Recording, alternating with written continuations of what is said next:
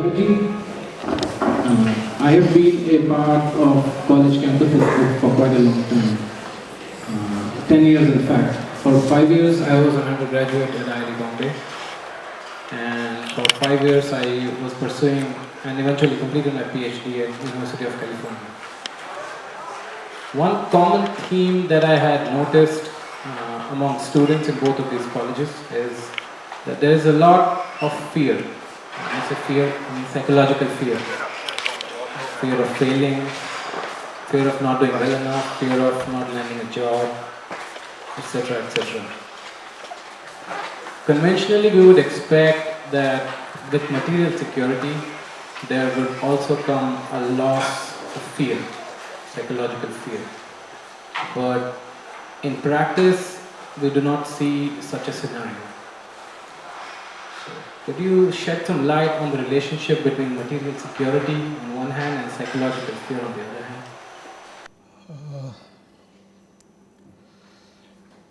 Anupam, it does not quite matter if we just look at it in a commonsensical way.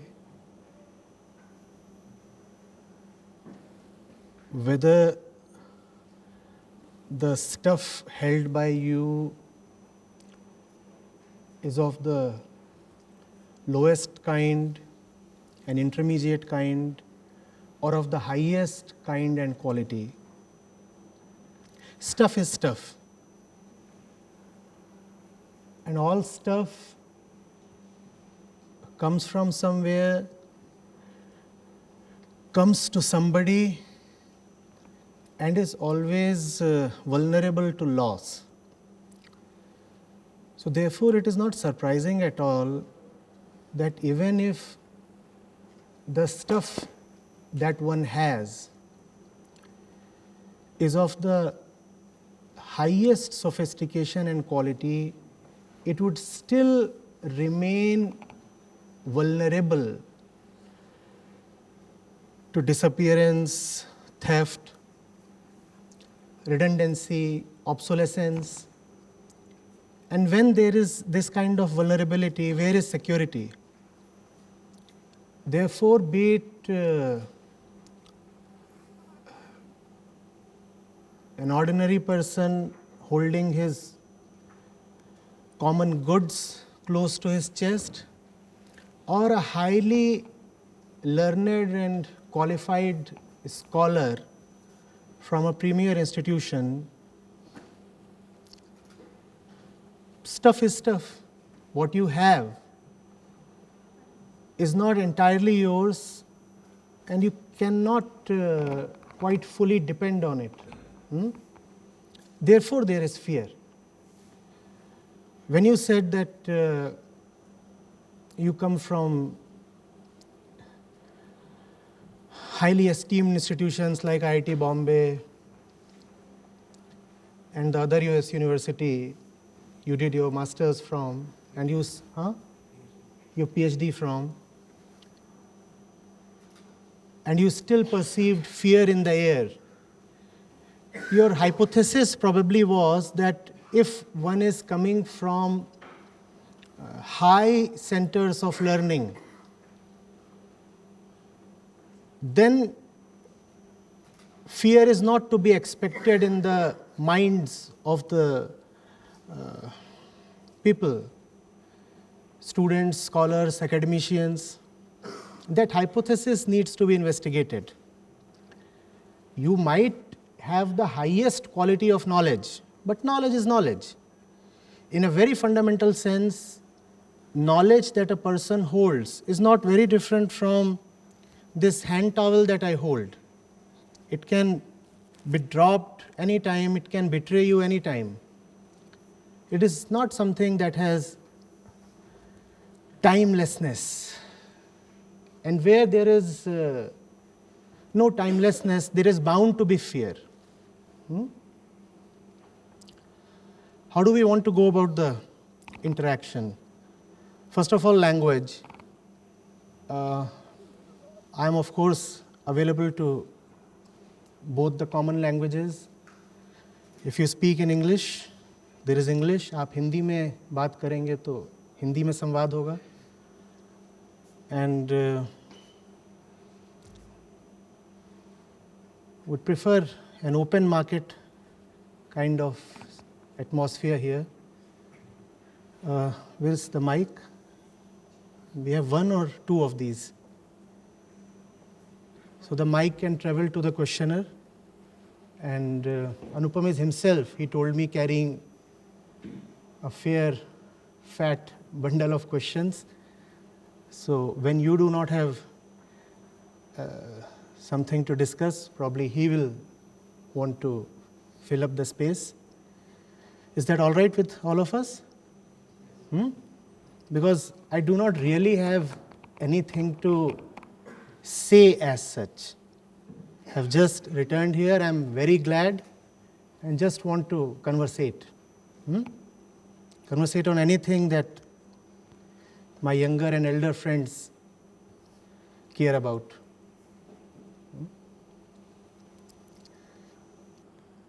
Yes. Namaskar, Acharya ji. My first question of discussion today is, can you please briefly describe us what is this fearless authenticity, so that we can go ahead with the concepts and ideas in this. Thank you. Actually, the topic of this discussion, fearless authenticity, carries redundancy. But you know, as it goes with public events and meetings, one inflates a bit. There is a little bit of hyping up involved. We could have simply said fearlessness, or we could have said authenticity, and that would have sufficed.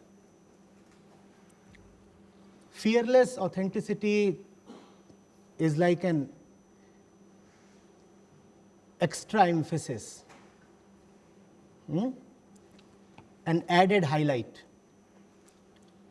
Only in authenticity is there fearlessness. And you cannot have fearlessness without authenticity. If you are not what you really are, there would be fear, and the presence of fear is a clear indicator that one is carrying stuff, identity, ideology, concepts that are not quite real.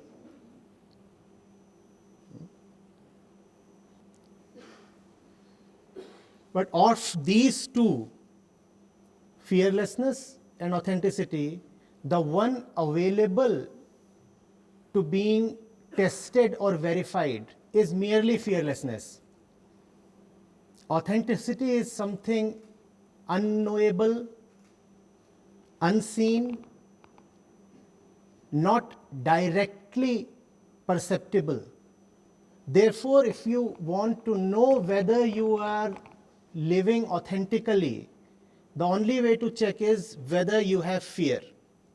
Check whether there is fear, and if there is fear, then authenticity is still waiting.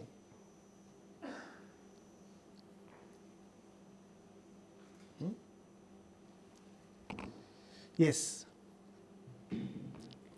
Yes, I would like to ask your advice for decision making. How rational should we be, and exactly in how the consequences of our actions?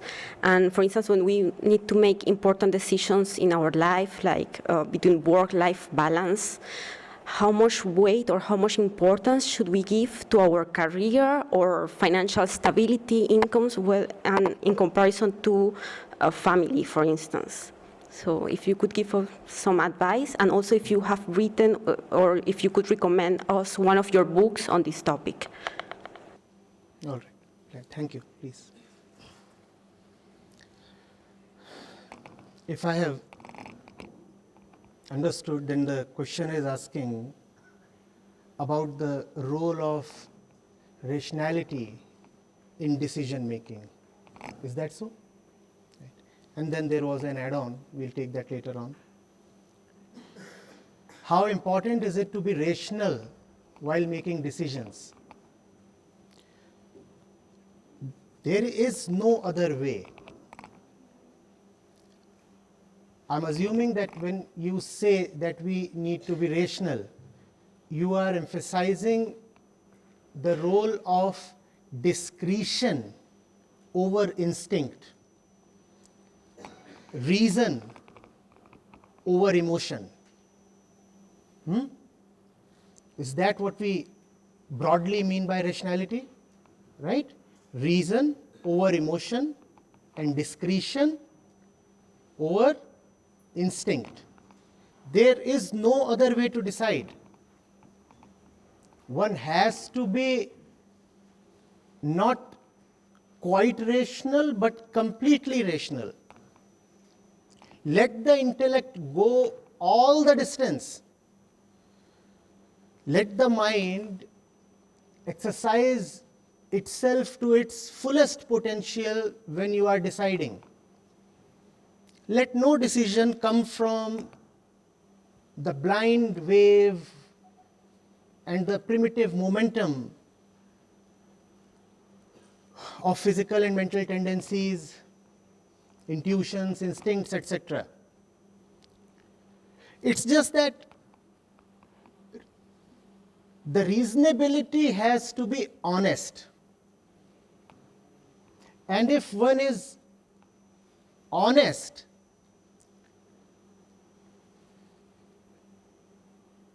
honestly intellectual, then the intellect will come to see its own limits. Exercise your intellect, your reasoning capability, your analytical capability fully. And when you apply these fully, then the very application of the mind brings the mind to its own boundary. And that is what brings some humility into us. And that is what leaves the space open for a higher kind of decision making in which the mind has done everything that the mind can.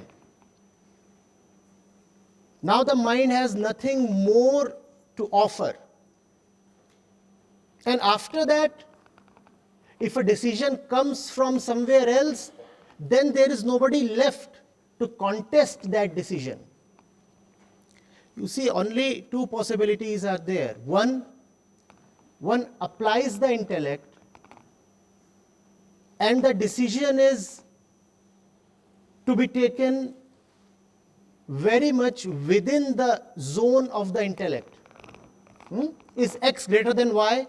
You do not need to transcend your intellect to decide on such a thing. Right? You need no mystical powers or spiritual insight to solve an equation in mathematics or a question that just involves material factors. So that would be one kind of mistake where that which needs to be addressed purely materially is addressed by way of intuition or emotion. And we often make that mistake. If one is designing a machine or a flyover or anything material, then why should there be a role for anything other than reason in the entire process? The whole thing has to be utterly and absolutely reasonable. Anything else that comes into the decision-making process will only dilute it and corrupt it. And on the other hand, there are matters that involve stuff that is not quite material. For example, contentment. Now, contentment is not something three-dimensional. Contentment is not something that you can assign a color or weight or situate in a place or know by its material properties. Therefore, when it comes to contentment, then reason has to be transcended. Transcended, not avoided. There is a difference between transcending reason and keeping reason aside. Transcending reason implies using reason to its fullest capacity only to see that in certain matters in life, reason does not suffice. Matters like contentment, I said, matters like joy, matters like love, matters like rightness. But even in these matters, you have to be first of all as reasonable as you can. Which means you must know the facts of the case, you must know how one thing relates to the other. And after all that was possible to be done intellectually has been done, then you let the decision come from a place probably beyond the mind or the intellect. But in any kind of decision making, first of all, my submission is that the mind has to be respected, and the respect to the mind connotes nothing other than complete utilization of the mind. Right? Fully explained in the beginning the concept of how fearlessness and authenticity is so very related to each other, how each of the two terms actually has gained strength from each other. But there could be a situation where you are very, very authentic. I mean, in the sense, for instance, a mother with a child or a mother with her partner in love, but still there is a fear of losing them. So how do you overcome that kind of fear? You see, in authenticity, you are just that one thing. Just that one thing. Authentically, you cannot have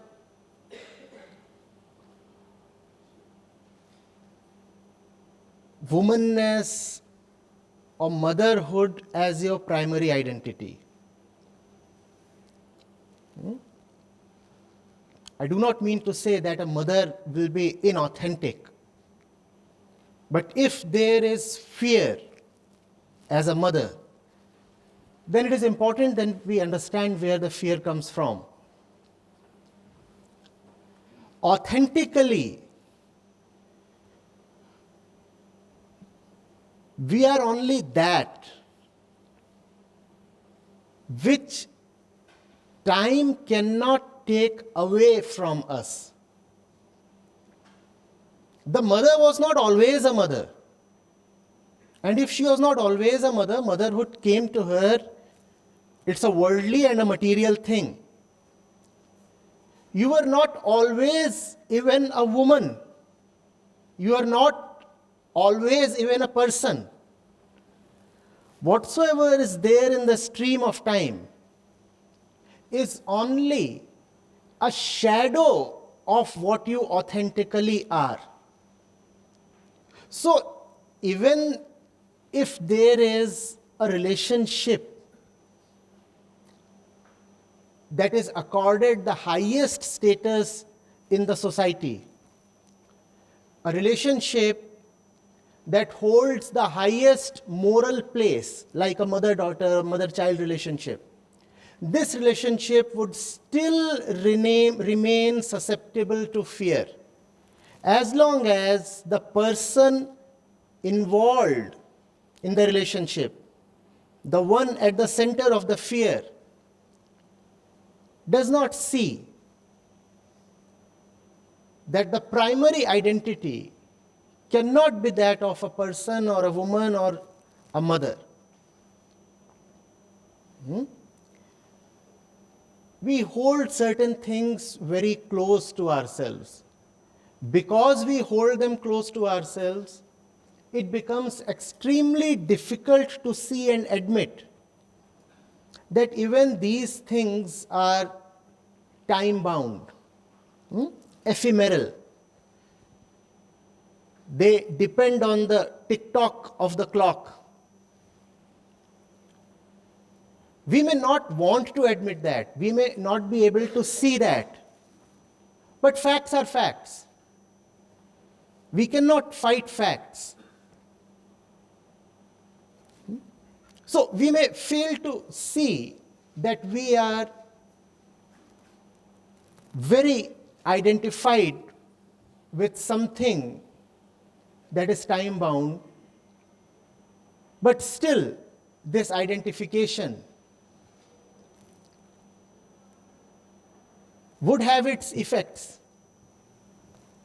And the most perceptible effect is fear. Are you getting it? And it's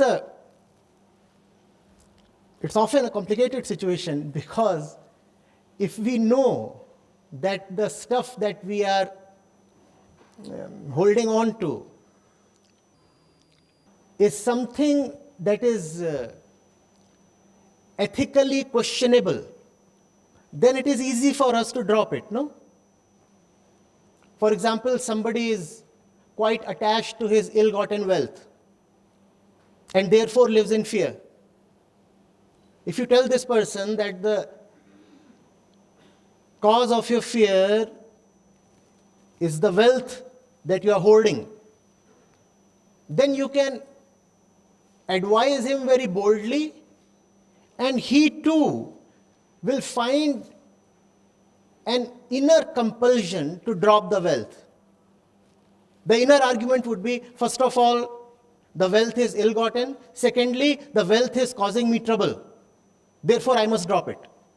Right? In that kind of a situation, it is easy to advise. But it becomes difficult, complicated, when the thing that is keeping you in stress, anxiety, or fear is something that is socially sanctioned, something that you have always felt proud of, and yet it is, in a very hidden way, a source of trouble and fear to you. Then, even if you come to know that this is where my problem is coming from, it becomes difficult to solve the problem. Remember, the problem is not the thing that you are attached to. The problem is not the person you have the relationship with. If we look at it closely, the problem lies not in the other thing or the person, but in the relationship that we have with the thing or the person. That thing could be money, that thing could be knowledge, and that person could be a husband, could wife, a son or a daughter, a friend, anybody. It is the nature of the relationship that is causing problem. You could be fully authentic and yet relate. And then all those relationships will obviously be authentic relationships. So it is not as if living authentically means that one is going to be a loner, that one is not going to relate with people, one is not going to be sociable, not at all. One obviously lives in the world, so relationships are bound to be there. And man, as we know him, is a social creature. So the various kinds of ties with the society are also going to be there. It's just the quality of the ties that needs to be scrutinized. If I am authentic, my relationships will be authentic. If I am not authentic, my relationships will be messy. They'll be a source of trouble for the other person and obviously for me.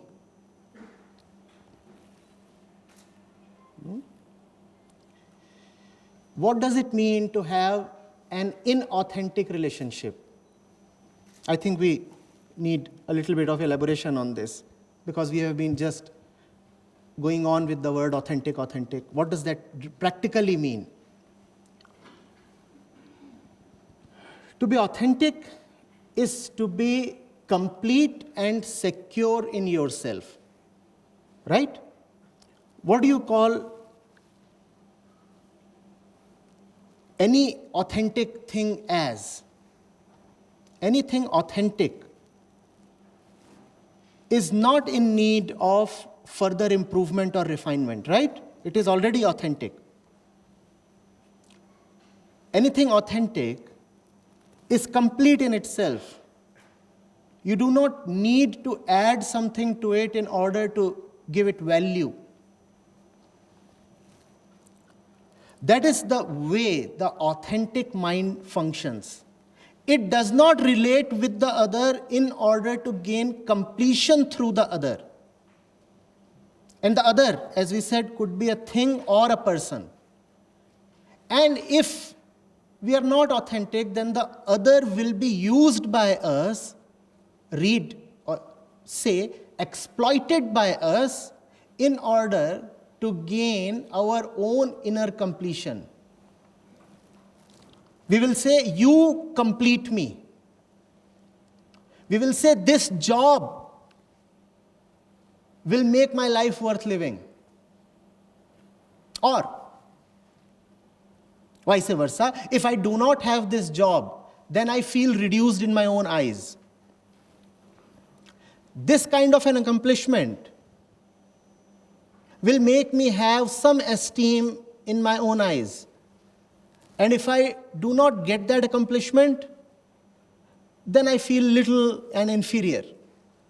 These are signs of inauthenticity.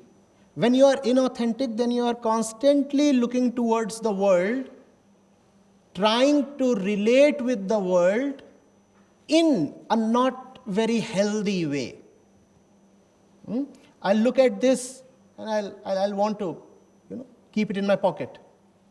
Or I'll look at this and I'll see the name of the manufacturer and then some desire will rise in the mind. Looks very nice. Wish I could work with the manufacturer. If I'm young, I'll look at a beautiful or rather an attractive person and say, if I could have that person in my life, then won't my life be raised to the next level? These are all telltale signs of inauthenticity. A feeling of incompleteness without something. And that something could be even your favorite dress or your favorite handkerchief, anything. Would have been easy to see by now that inauthenticity is synonymous with dependence. And where there is dependence, there is bound to be fear. Is that not obvious? And where there is dependence, you cannot have loving and healthy relationships, be it with your books or with your employer, with the society in general, with the planet in general, with your spouse, with your kids, with yourself.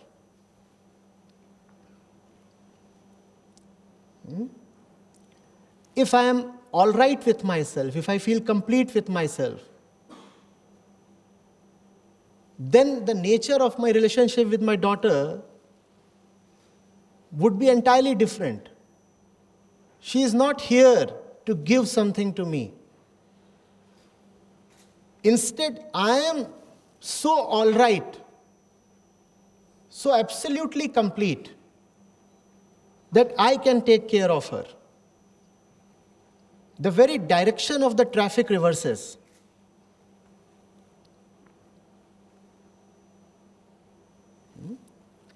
Otherwise, there is exploitation. Unfortunately, that exploitation often looks like love. You see, I'm attached to you, I depend on you, and this is what I call as love.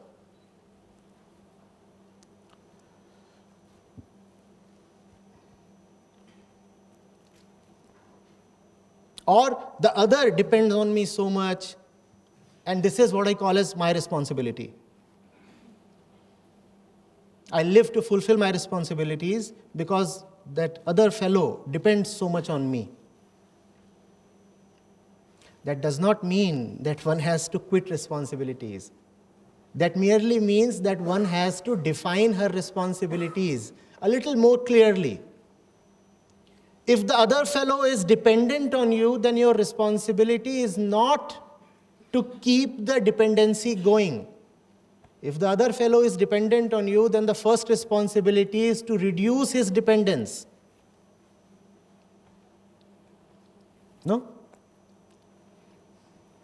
But if the other's dependence on us reduces, often we become redundant. Our own sense of purpose in life often comes from the meaning we hold towards others, right? Why do I wake up each morning? Because I have to fulfill my responsibilities towards this fellow. And if one fine day I find that all of them are sovereign and independent and all right within themselves, then what will I wake up for? So, we tend to play those kinds of games with ourselves. Those games are cute, but if they continue for too long, then the outcome is fear. And fear is not quite enjoyable, is it?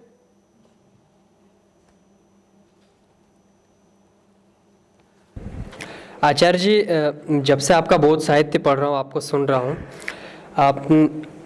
आपने कहा था कि जीवन में ऐसा सार्थक कार्य चुनो जिसमें आप अपने आप को पूरा झोंक सको और अपने स्वयं के लिए कुछ भी बचा कर मत रखना। आचार्य जी, हम अगर शोध के क्षेत्र में भी जाना चाहें तो कुछ समय में ऐसा लगता है कि बुद्धि हमारी एक लिमिट के बाद साथ नहीं देती। थोड़ा समझ आता है, उसके बाद हम वो नहीं कर पाते, और जब फिर चेतना के उस स्तर से हम नीचे आते हैं तो फिर उसमें बहुत कष्ट होता है और हमारे पास कोई दूसरा मार्ग अभी तक चेतना को, जैसा मेरा अनुभव है, तो बुद्धि को ऊपर रखने के अलावा और कोई मार्ग मुझे समझ नहीं आता। कृपया इस बात पे प्रकाश डालें। नहीं, मैं समझा नहीं, क्या कह रहे हो? आचार्य जी, जैसा कुछ पढ़ते हैं हम या किसी भी काम में जब तक तल्लीन रहते हैं तब तक तो सही रहता, कोई वृत्ति हम पे हावी नहीं होती, और उस समय चेतना भी ऐसा लगता है, जिसमें ऐसा नहीं कह रहा कि चेतना मुझे कोई अनुभव है, लेकिन और उसके बाद जब हम वो चीज़ें समझ नहीं आती हमको, तो उसके बाद फिर से वापस कष्ट होता है कि हम अभी तक तो इसमें तल्लीन रहे, अब बुद्धि साथ नहीं दे रही, वो चीज़ समझ नहीं पा रहे, तो हम कैसे इसमें आगे बढ़े? तो इसमें दिक्कत बुद्धि की थोड़ी ही है, इसमें दिक्कत उस उम्मीद की है, अपेक्षा की है, जो कहती है कि मैं जो कुछ करूँगा उसमें तुरंत सफलता मिल ही जाएगी। दोनों बातें हो सकती थी ना। तुम कह रहे हो कि कुछ पढ़ते हो, रिसर्च शोध वगैरह कर रहे हो, और उसमें जब तक डूबे रहते हो तब तक तो शांति रहती है, लेकिन कई बार जो बात है, जिस मुद्दे से उलझ रहे हो, वो समझ में नहीं आती है और उसके बाद फिर निराशा हताशा हो जाती है, बुद्धि ठप पड़ जाती है। दूसरी बात भी तो हो सकती थी कि अगर कुछ करना ही है और वो हो नहीं रहा है तो बुद्धि उसमें और ज्यादा तल्लीनता से लिप्त हो जाए, ये भी तो हो सकता था ना। हार मिलने पर भीतर से दोनों तरह की प्रतिक्रियाएं आ सकती हैं ना। एक प्रतिक्रिया हो सकती है हार इसलिए मिली क्योंकि मैं नाकाबिल हूं, तो अब मैं आगे कोशिश नहीं करूंगा, और दूसरी हो सकती है कि हार मिली है तो अब मैं दूनी कोशिश करूंगा। वो तो निर्भर इस पर करता है कि जो काम तुम कर रहे हो उसको तुम कीमत, मूल्य कितना देते हो। जो काम तुम कर रहे हो अगर तुमने उसको कीमत ही इतनी दी है कि भाई अगर ये एक दो झटके में हो गया, थोड़े से श्रम में हो गया, तब तो ठीक है, और अगर उतने में नहीं हुआ तो हम और ज्यादा जान लगाएंगे नहीं, क्योंकि इस काम की उससे ज्यादा हैसियत ही नहीं है। तो फिर तो यही होगा कि जो करना चाह रहे हो अगर वो तुरंत फुरत नहीं हुआ तो तुम उस काम के प्रति उदासीन हो जाओगे, उसको छोड़ छाड़ दोगे। इसमें बुद्धि की बात नहीं है, ये तो मूल्यांकन की बात है, वैल्यूएशन की बात है।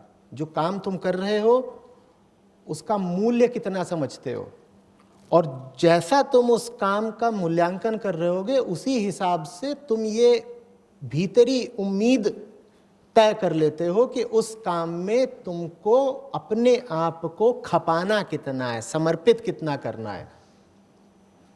भाई आपको अगर पता है कि आप जो करने जा रहे हो वो बहुत बड़ा काम है, तो क्या आप भीतर ये उम्मीद रखोगे कि वो काम जल्दी से पूरा हो जाए? नहीं ना, क्योंकि आपको पता है कि आप जो मांग रहे हो बहुत बड़ी चीज है, वो इतनी जल्दी मिल ही नहीं सकती। दूसरी ओर अगर आपने खुद को ही बता रखा है कि आप जिस चीज को लक्ष्य कर रहे हो, जो चीज आप पाना चाहते हो वो तो है ही छोटी सी, तो आप कहोगे देखो छोटी सी चीज है, मैं जिसके लिए कोशिश कर रहा हूं, ये जल्दी से मिल गई तो ठीक, और जल्दी से नहीं मिली तो फिर बेईमानी है, नाइंसाफी, ये गलत हो गया हमारे साथ। गलत क्या हो गया? अगर वाकई कुछ कर रहे हो तो करो ही तभी जब वो काम करने लायक हो। इसी को प्यार कहते हैं। जो कुछ भी कर रहे हो कर ही क्यों रहे हो अगर उसको हैसियत नहीं देते, और अगर हैसियत देते हो इसलिए कर रहे हो तो थोड़ा सा करके रुक क्यों जाते हो? तो जो ऑथेंटिसिटी वाली बात है ना, उसका एक पहलू ये भी है। अच्छा किया सवाल पूछा। गलत चुनाव नहीं करेंगे, ऐसे काम करेंगे ही नहीं जो करने लायक नहीं है, ऐसे काम करेंगे ही नहीं जिनको हम हृदय से मूल्य देते नहीं है, क्योंकि ऐसे कामों को करने पर दिल बहुत जल्दी टूटता है। जिस चीज को आप मूल्य नहीं देते उसमें आप जान नहीं लगा पाओगे, फिर वही नतीजा निकलेगा। कुछ दिन तक करा, फिर इरादा टूट गया, प्रेरणा खत्म हो गई, हम कहते हैं ना डिमोटिवेट हो गए। वो डिमोटिवेट हो ही इसीलिए गए क्योंकि चुना ही काम ऐसा था जिसको भीतर से हम ही इज्जत नहीं देते, किसी मजबूरी में चुन लिया। लेकिन बताने वाले हमको बता गए हैं कि ऑथेंटिसिटी कभी मजबूर अनुभव करती नहीं। मजबूरी सिर्फ उनके लिए है जिन्हें कुछ खोने का डर हो। मजबूर इंसान को किया जा सकता है उसका हाथ मरोड़ के। शास्त्रीय तरीके से अगर समझे तो ऑथेंटिक तो आत्मा होती है, और आत्मा के हाथ पांव होते नहीं। जब उसके हाथ पांव होते नहीं तुम उसका मरोड़ क्या लोगे? और जब मरोड़ नहीं लोगे तो उसे मजबूर कैसे कर लोगे?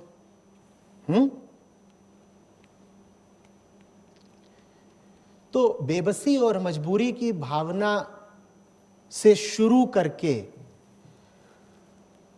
कोई काम करिए मत। वो काम आपको बहुत उबाएगा, आपको उसमें खींच होगी, चिढ़ होगी, आप उस काम को बेबसी में ढोएंगे। वैसा काम मान लीजिए आपका पूरा भी हो गया तो भी आपको उससे कोई आंतरिक संतुष्टि नहीं मिलेगी। आप कहेंगे हाँ भाई एक प्रोजेक्ट था, पूरा कर दिया, खत्म हो गया। दूसरी ओर अगर काम हृदय से चुना है, ऑथेंटिकली चुना है, तो वो काम जिंदगी भर भी पूरा ना हो तो भी आप शिकायत नहीं कर पाएंगे। आपने खुद चुना है भाई, जानते बूझते चुना है, और बिल्कुल निर्विकल्प होकर चुना है। निर्विकल्प समझते हैं? चॉइसलेस होके, ये कह के चुना है कि इसके अलावा हम और कुछ कर ही नहीं सकते थे। हमें पता है कि ये नहीं करेंगे तो जिएंगे नहीं, तो यही करना ही, अब शिकायत क्या करें? आप जो भी अपना रिसर्च सब्जेक्ट टॉपिक वगैरह चुन रहे हैं, उसमें अगर ये सोच के चुन रहे हैं कि बस जल्दी से निपट जाए, तो वो पता नहीं निपटेगा कि नहीं निपटेगा, आप निपट जाएंगे।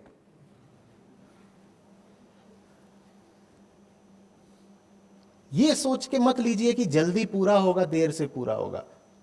ईश्वर करे कि आपको काम ऐसा नसीब हो जो आपकी उम्र भर पूरा ना हो और आपकी पूरी उम्र उसी काम में डूबे डूबे बीत जाए। इससे बेहतर जिंदगी हो सकती है क्या? इससे बेहतर जिंदगी हो सकती है कि आपको एक अनंत प्रोजेक्ट मिल गया है जो पूरा हो ही नहीं सकता, तो आपने पूरी उम्र क्या किया?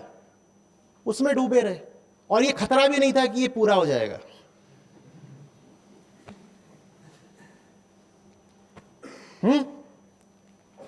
उल्टा हो गया ना।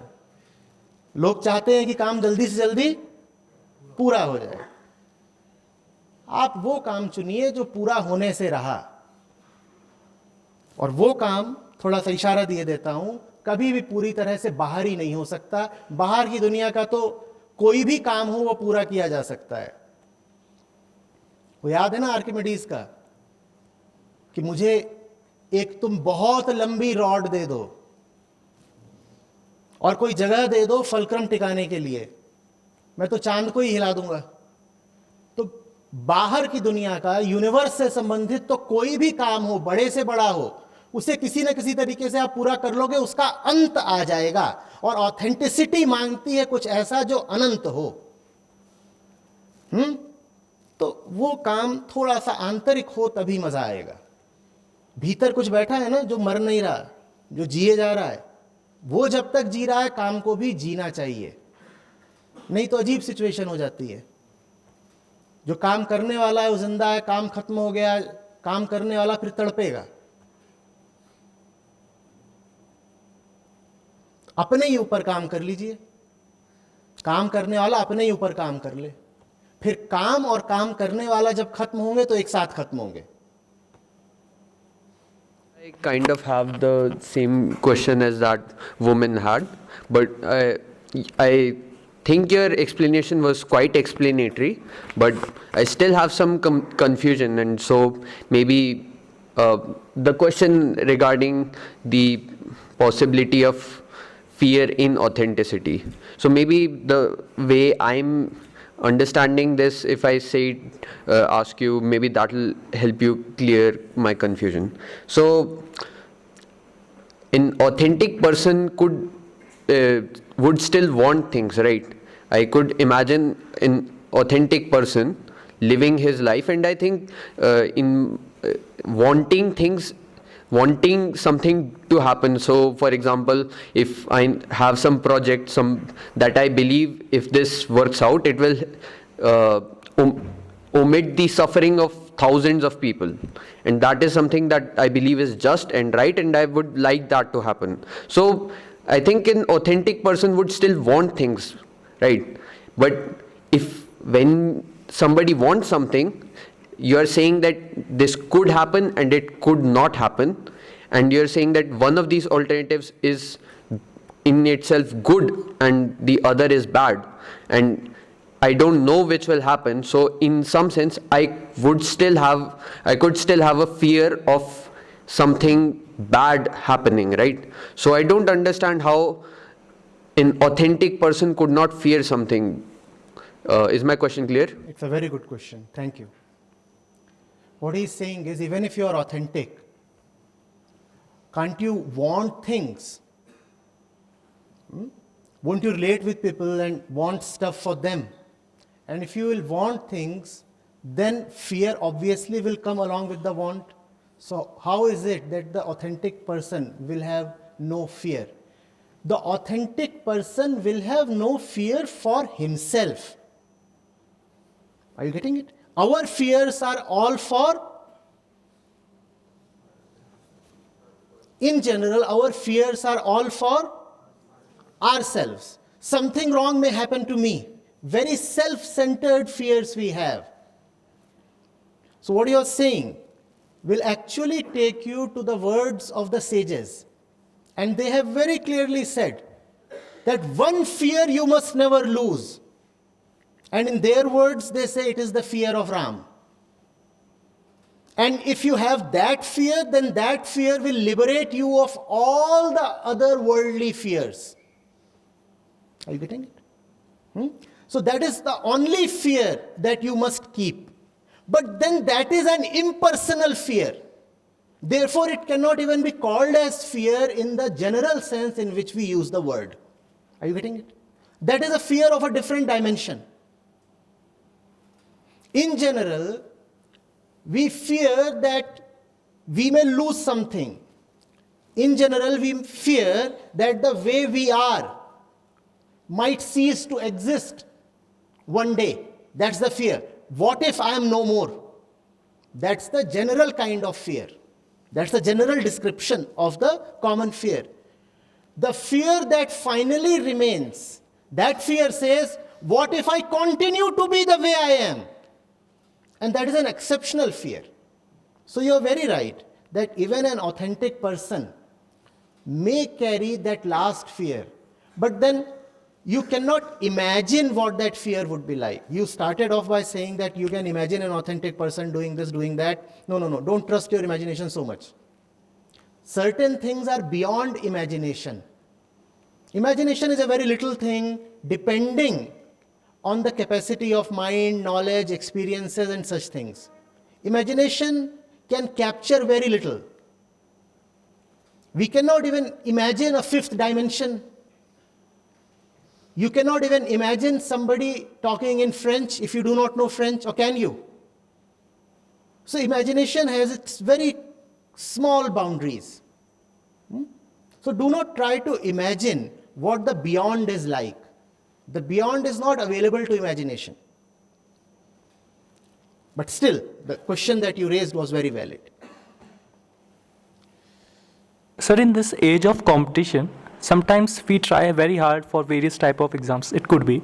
And sometimes and many times it is possible that we remain very close, but we end up at a failure side. If it keeps continuing, it's not that we want that. But doesn't that regular failure can hamper our self-confidence? If it does, then how to deal with it? So, are you asking how to deal with repeated failures? That's the question.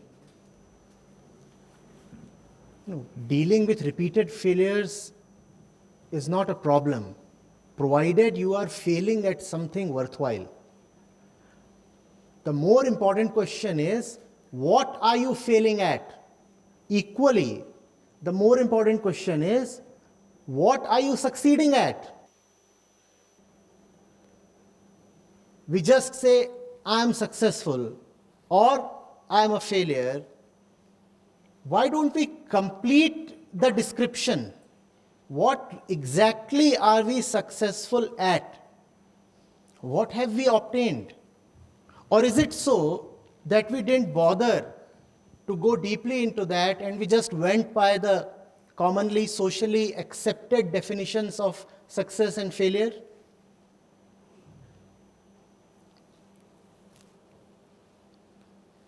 Do what is worth doing.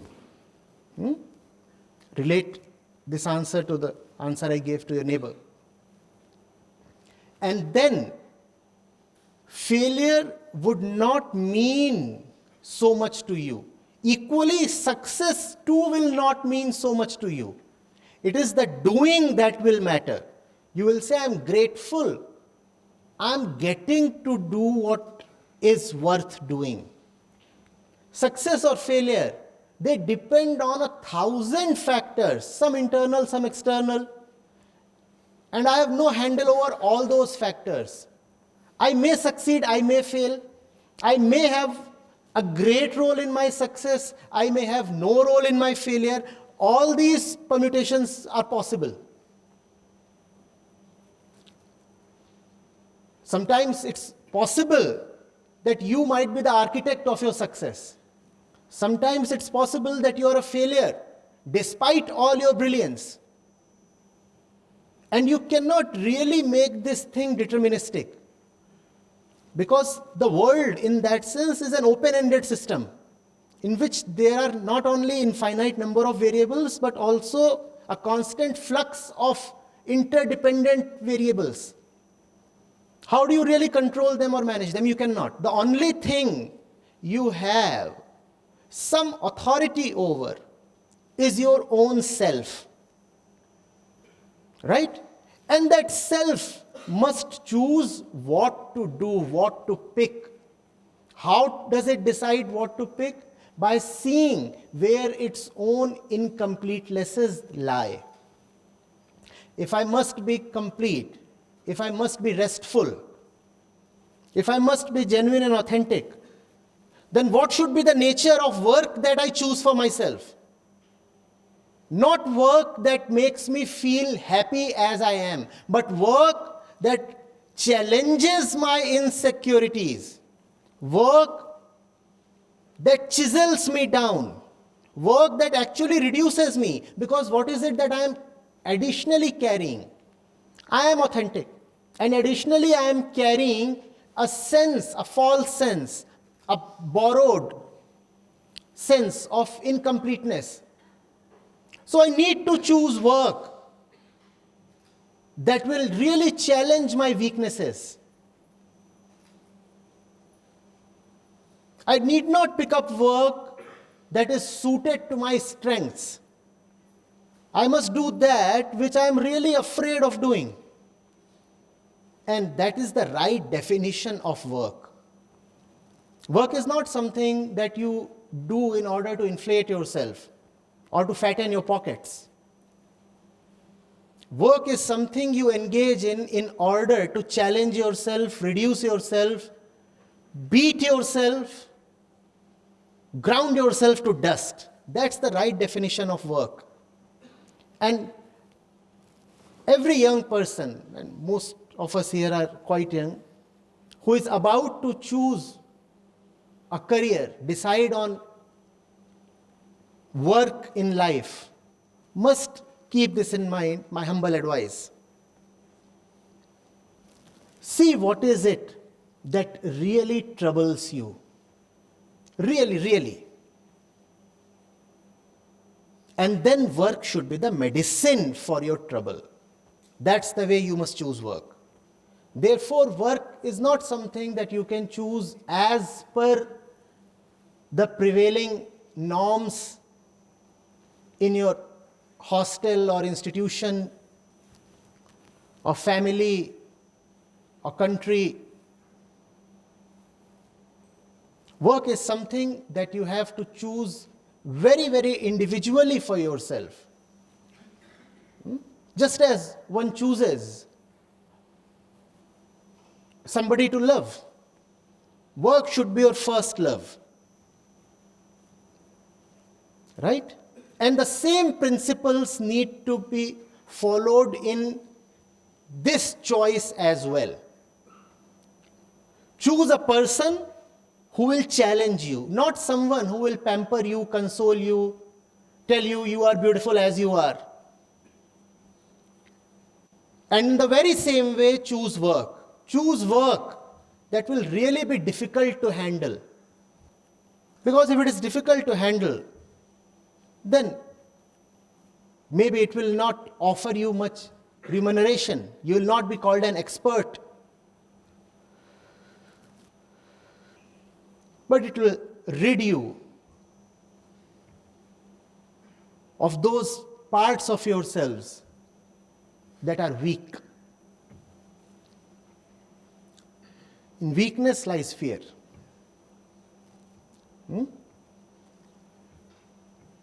आचार्य जी, मेरा सवाल fear से थोड़ा अलग है, दो it's very simple. जैसे कि हम लोग कुछ भी करते हैं, पढ़ने बैठे, योगा करें, मेडिटेशन करें, इवन जब मैं आपसे ये सवाल भी पूछ रहा हूँ तो ये सवाल पूछते हुए भी मेरे दिमाग में कुछ और चल रहा है. तो the question is how to tame a distracted mind and how to ask it to focus on one thing at a time. मतलब ये बहुत बड़ी सवाल है मेरे लिए. आपके पास अगर सोचने के लिए 10 चीज़ें होती हैं, ठीक है, तो उन 10 चीज़ों में भी तो आप एक वरीयता बनाते हैं ना, एक हायरार्की बनाते हैं कि नहीं? ठीक है. हो सकता है आपको वो ना पता हो जो पूरे तरीके से पाने लायक हो, पूरे तरीके से सोचने लायक हो, जो एब्सोल्युटली हाई हो सकता है वो आपको ना पता हो, पर आपको कुछ तो पता है ना। हम में से हर एक को कुछ 10 बातें पता हैं, और ये 10 बातें विचार के मुद्दे बनते हैं कभी ना कभी। हम कभी एक चीज़ के बारे में सोच रहे होते हैं, कभी दूसरी चीज़ के बारे में, कभी तीसरी, कभी चौथी, है ना?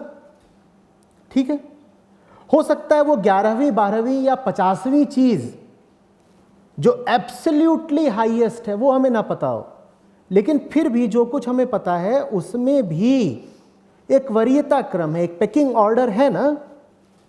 ठीक है,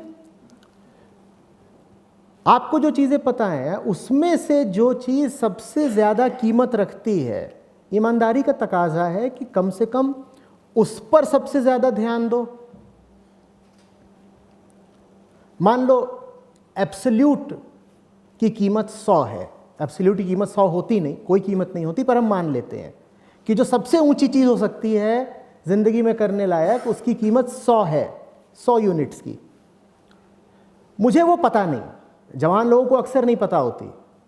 हम सब तलाश रहे होते हैं कि क्या करें, क्या ऐसा मिल जाए जीवन में जो जीवन को सार्थक कर दे, जो काम वास्तव में जीने लायक हो।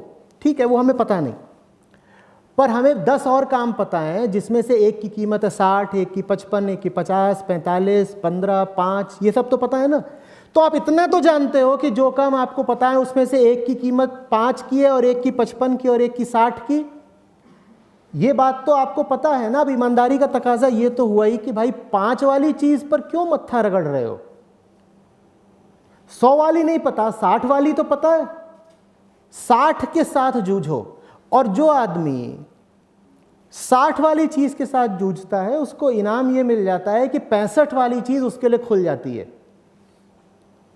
लेकिन अगर 5 वाली चीज पर पड़े रहोगे जबकि 60 वाली चीज खुद ही पता है, अपने साथ ही बेईमानी कर रहे हो, तो 60 वाली चीज भी धीरे धीरे विलुप्त हो जाएगी। एब्सोल्युटली ग्रेटेस्ट क्या है ये नहीं पता, रिलेटिवली ग्रेटेस्ट क्या है ये तो पता है, तो उसके साथ तो इंसाफ करो ना। इतना तो करना चाहिए ना।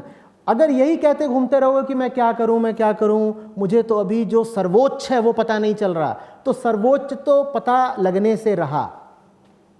सर्वोच्च तो वैसा ही है जैसे 0 केल्विन, पा सकते हो तो पाके दिखा दो। तुमको जितना मिल रहा है उसमें आगे बढ़ते रहो। बताओ इसके अलावा तुम्हारे पास विकल्प क्या है। एब्सोल्यूट पता नहीं, रिलेटिव की हम कदर नहीं कर रहे, तो फिर हम करना क्या चाहते हैं। एब्सोल्यूट की तो परिभाषा ही यही होती है कि वो हाथ से पकड़ में नहीं आ सकता, ठीक। रिलेटिव पता है, उसको हम इसलिए कह करके बेइज्जत कर देते हैं कि ये तो सिर्फ रिलेटिव है। तो फिर हम करें क्या। जो भी तुम्हें आज यहां बैठे बैठे समझ में आता हो कि तुम्हारे लिए ऊंचे से ऊंचा काम है, वो अभी करो। उसको अगर करोगे जान लगाकर, तो जैसा कहा 60 का करोगे 65 खुल जाएगा, 65 में डूबोगे 70 खुल जाएगा। आगे की कहानी खुद ही सोच लो,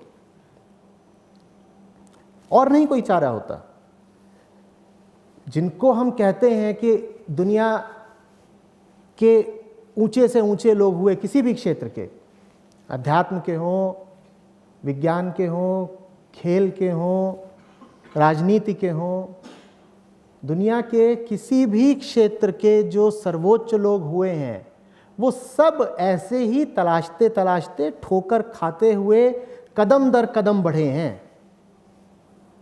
सबने मेहनत करी है, मेहनत का कोई विकल्प नहीं होता। ये जो सडन रियलाइजेशन होता है ना, ऐसी कोई चीज होती नहीं है। तुम सोचो कि कोई वैज्ञानिक है, वो अपनी लैब में बैठा है और अचानक उसको यूरेका हो जाएगा, तो ऐसा नहीं होता। उस यूरेका के पीछे बहुत सारी मेहनत है। उसी तरीके से तुम सोचो कि कोई आध्यात्मिक साधक है, वो पेड़ के नीचे बैठा है and you are suddenly enlightened, तो ऐसा होता नहीं है। ये सब किस्से कहानियों की बात है। आपको सीढ़ी दर सीढ़ी तरक्की करनी होती है। सारा काम तुलनात्मक रूप से होता है, रिलेटिव रूप से होता है। जो आदमी एक एक कदम मेहनत करने को तैयार नहीं है और सोच रहा है कि अचानक कुछ हो जाएगा, उसका कुछ नहीं हो सकता। मेरा क्वेश्चन ये है कि हम कैसे सर जी सकते हैं फियरलेस लाइफ, यदि हम जानते हैं कि हमारी डेथ तो होनी ही है, तो हम उसको कैसे, जैसे हम जानते हैं कि हर पल हमें यही खौफ रहता है, यही डर रहता है कि डेथ होने वाली है, डेथ होने वाली है, तो हम कैसे उस चीज़ को बनाए रख सकते हैं और कैसे दोनों में तालमेल बना के फियरलेस लाइफ को जी सकते हैं? इतनी फुर्सत क्यों है कि सोचो कि मरने वाला हूं, मरने वाला हूं। मौत से डरोगे तो तब ना जब मौत के बारे में सोचोगे। जिंदगी में इतना खालीपन,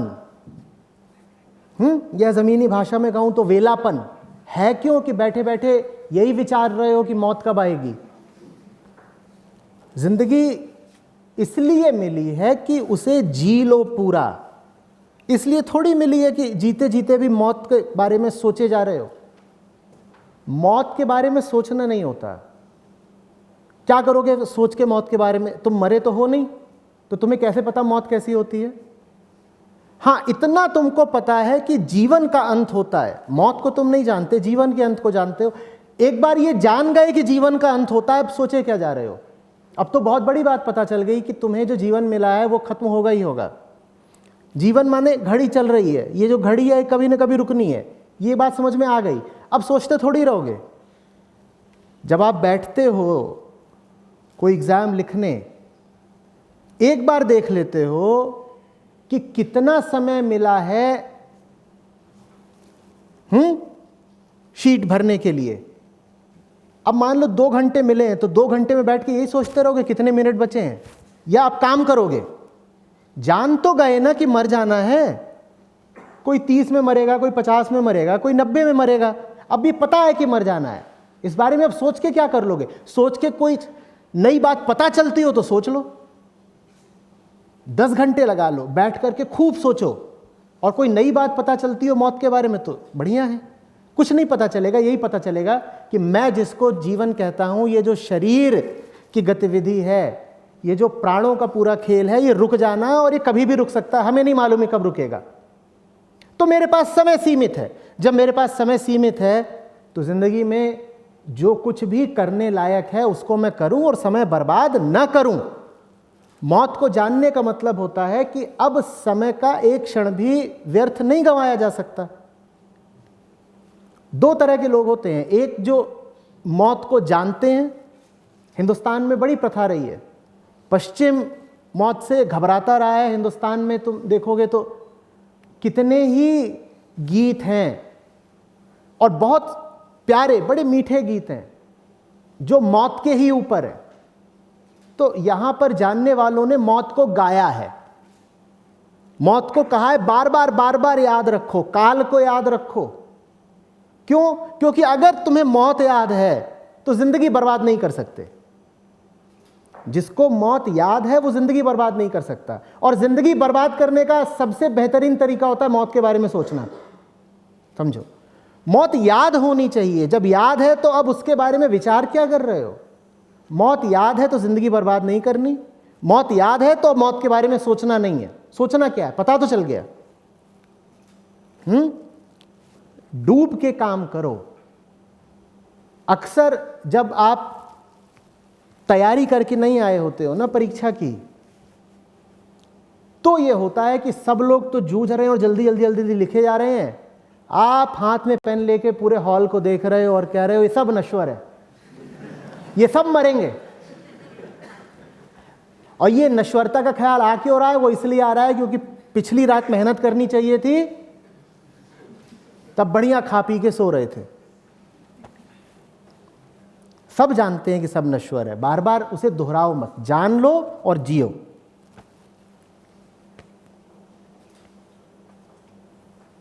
नमस्ते आचार्य जी, आपने अभी समझाया किस तरह से ये कंप्लीटनेस और ऑथेंटिसिटी रिलेटेड है। मेरा सवाल ये है कि जैसे जैसे हम बड़े होते हैं, नए हर दिन नया जानते हैं, नया सीखते हैं, बहुत से टाइम हम दूसरे लोगों से वो चीज़ें सीखते हैं, तो कहीं ना कहीं हम उन पे डिपेंडेंट तो हो ही जाते हैं।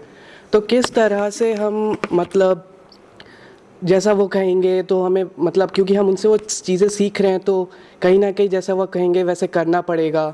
तो इस चीज़ में हम अपनी ऑथेंटिसिटी कैसे मेंटेन कर सकते हैं और किस तरह से जान सकते हैं कि हम कंप्लीट हैं, क्योंकि हम सीख तो रहे ही हैं। Thank you. कह रहे हैं कि जिनसे हम चीज़ें सीखते हैं उन पर भी तो डिपेंडेंट हो गए ना कि वो हमको सिखा रहे हैं। बेटा तस्वीर पूरी देखो। तुम छोटे हो, तुम्हें कहीं पर जाना है और तुम बिल्कुल डिपेंडेंट, निर्भर रहते हो कि गुल्लू भैया आएंगे तो उनकी बाइक पर या उनकी साइकिल पर उनके पीछे बैठकर जाओगे। ठीक है, अभी तुम क्या हो? डिपेंडेंट हो ना, क्योंकि तुम्हें साइकिल चलानी आती नहीं है। तो तुम डिपेंडेंट हो कि कोई आएगा, तुमको अपनी साइकिल पे बैठा करके तुम्हें जहां जाना है वहां छोड़ करके आ जाएगा। ये तुम्हारी पर निर्भरता है ना। अब कोई आया और उसने तुमसे कहा देखो तुम बेकार ही दूसरों पे निर्भर हो, ये बहुत गलत बात है, जिंदगी में दूसरे पे निर्भर रहोगे तो गुलामी होगी और भय रहेगा, ये बेकार की चीज़ है, नहीं निर्भर रहना चाहिए। तो तुमने कहा अच्छा बताइए फिर क्या करें। उन्होंने कहा अरे साइकिल खुद क्यों नहीं चला सकते तुम? तुमने कहा ये बात तो बहुत सीधी है, सोची क्यों नहीं पहले? तो तुमने कहा आप ही साइकिल चलाना सिखा दीजिए। अब वो तुमको साइकिल चलाना सिखाने लगे तो तुम पैडल मारो, वो पीछे से तुम्हारी साइकिल पकड़ें और ये सब करें, तो तुम्हारे मन में गजब ख्याल उठा। तुमने कहा देखो ये भी तो डिपेंडेंसी है। पहले अगर हम डिपेंडेंट थे इस बात के लिए कि किसी की साइकिल के पीछे बैठ के जाना पड़ता था, तो अब हम डिपेंडेंट हैं कि यही तो हमारी साइकिल पकड़ के हमें चलाना सिखा रहे हैं। लेकिन तुम भूल रहे हो, पूरी तस्वीर नहीं देख रहे कि ये ऐसी निर्भरता है जो तुम्हारी बड़ी पर निर्भरता को खत्म कर देगी। बात आ रही है समझ में? ये वो डिपेंडेंसी है जो तुम सिर्फ एक मेथड की तरह इस्तेमाल कर रहे हो। ये तुम्हारी शाश्वत स्थिति नहीं बन गई, ये सिर्फ तुमने एक बीच का उपाय निकाला है, और वो उपाय ही होना चाहिए। तुम्हें लगातार ये ख्याल रखना चाहिए कि ये हालत भी कि कोई मेरी साइकिल पीछे से थाम कर मेरी मदद कर रहा है सीखने में, बहुत दिन तक न चले ये स्थिति भी। तो इसीलिए जब कोई तुम्हें कुछ सिखा रहा हो और सीखने के कारण से, छात्र होने के कारण से तुम्हें उस पर निर्भर होना हो, तो उसे कोसो मत कि इसने मुझे अपने ऊपर डिपेंडेंट बना लिया। वो तुम्हें डिपेंडेंट बना नहीं रहा है, वो तुम्हारी डिपेंडेंसी खत्म कर रहा है। एक दिन आएगा, जल्दी ही दिन आएगा कि तुम साइकिल खुद चला रहे होगे और तुम्हें किसी की ज़रूरत नहीं पड़ेगी। ठीक है, तो मतलब जब दूसरों से रिश्ता हो डिपेंडेंसी का, तो उसमें ये बात जांच लेना उस रिश्ते की दिशा क्या है, किधर को जा रहा है। एक दिशा ये हो सकती है कि डिपेंडेंसी है जैसी वैसी ही आगे भी बनी रहेगी, बल्कि अभी जैसी है आगे और गहरी हो जाएगी। एक तो ये है डिपेंडेंसी, और दूसरी ये है कि डिपेंडेंट हूँ लेकिन जिसके साथ हूँ शुभचिंतक है मेरा, तो वो मुझे बहुत दिन तक अपने ऊपर आश्रित रहने नहीं देगा, बहुत जल्दी वो मुझे स्वनिर्भर बना देगा। और जांचते रहो बार बार कि ये जो मेरा दूसरे से रिश्ता है, इस रिश्ते की वजह से मुझ में स्वावलंबन आ रहा है या मैं और ज़्यादा गुलाम और परतंत्र होता जा रहा हूँ, दूसरे पर आश्रित। ये जांचते रहो बार बार। Pranam Acharya ji, first of all I want to express my gratitude for your presence, and it's more of a request rather than question. Can you please introduce to us some tools or practices which can help us in maintaining and focusing our awareness on the path of that endless work you hinted about, the inner work? Actually, all my life I have never really used any specific definite tool, but since you have asked for it, the one that I can recommend, especially to a young person, is the question, what is going on and to whom? Things always happen to you when you are awake, alive, and conscious, right? There is always something happening. You are constantly in the middle of experiences, are you not? Right? Always keep asking what really is happening and who is experiencing it. That's all. And this has to be 24-hour practice. This is not something that you can practice only when you are down or defeated. In fact, far greater importance is of asking these questions when you are happy and high. What's happening? What's happening? What's happening out there? What's happening in here? I'm in the middle of a market. What really is a market? Can I define a market? What is a market? And bring the whole definition down to first principles. So fine, a market is a place where a seller meets a buyer, right? Who is the seller and why does he want to sell? What is he selling? Who is the buyer? Why and what does he buy? What is this interaction like? Don't believe the pre-existing definitions you carry in your head. Always reduce everything to first principles. What really is going on?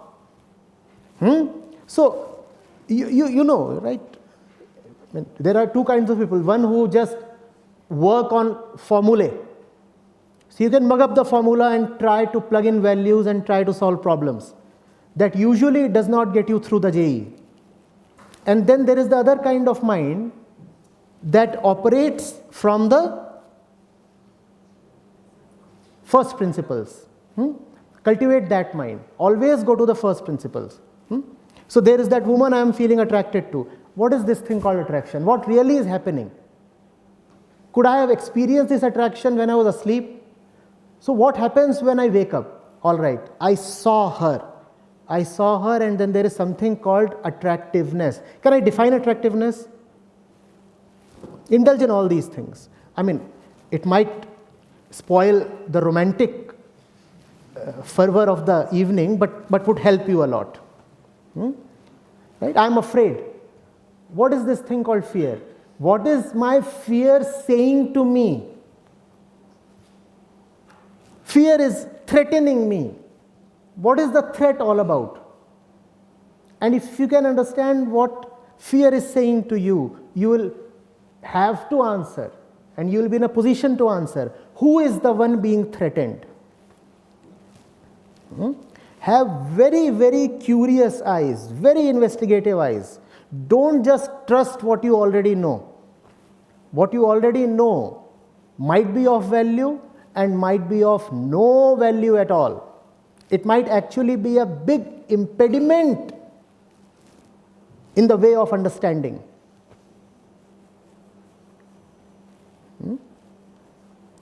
See, apply the basics. What's the harm in asking a question? If your pre-existing answer is all right, then the question and the associated scrutiny will only reinforce your confidence in your pre-existing answer. No harm done, right?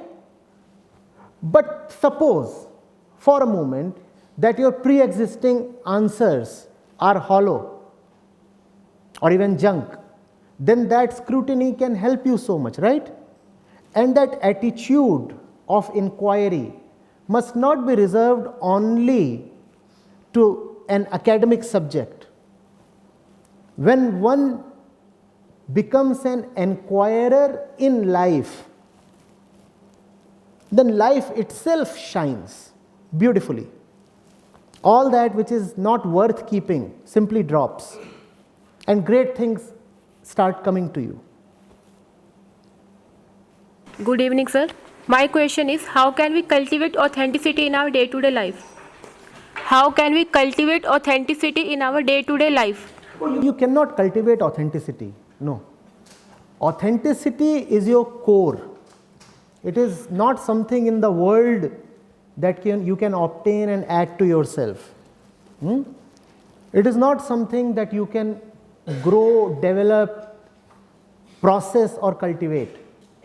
Therefore, when you talk of being authentic, the process has to be very negative. It has to be a process in reduction, which means you have to drop all that which is inauthentic. And it's seriously good fun. Looking at yourself, figuring out that which is just fake, and seeing that associating with your own fakeness does not really help you too much.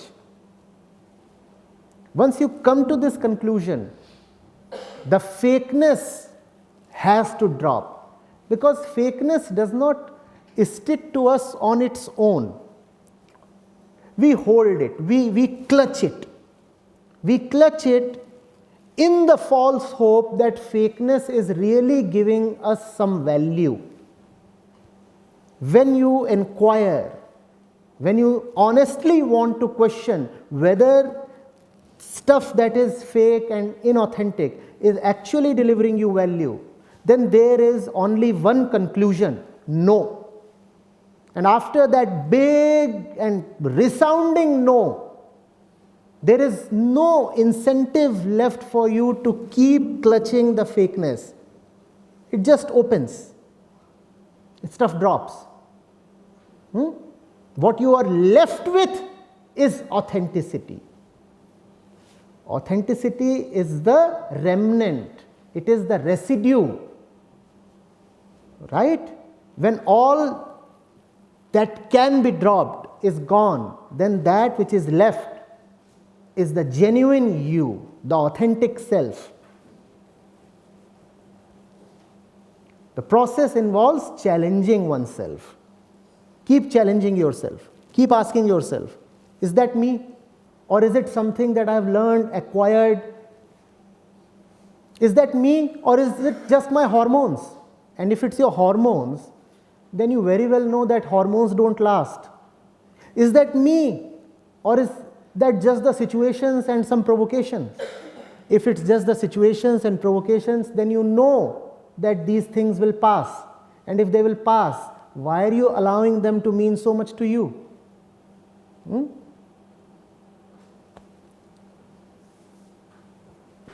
Sir, ये मेरा प्रश्न अपमानित करने के लिए नहीं है।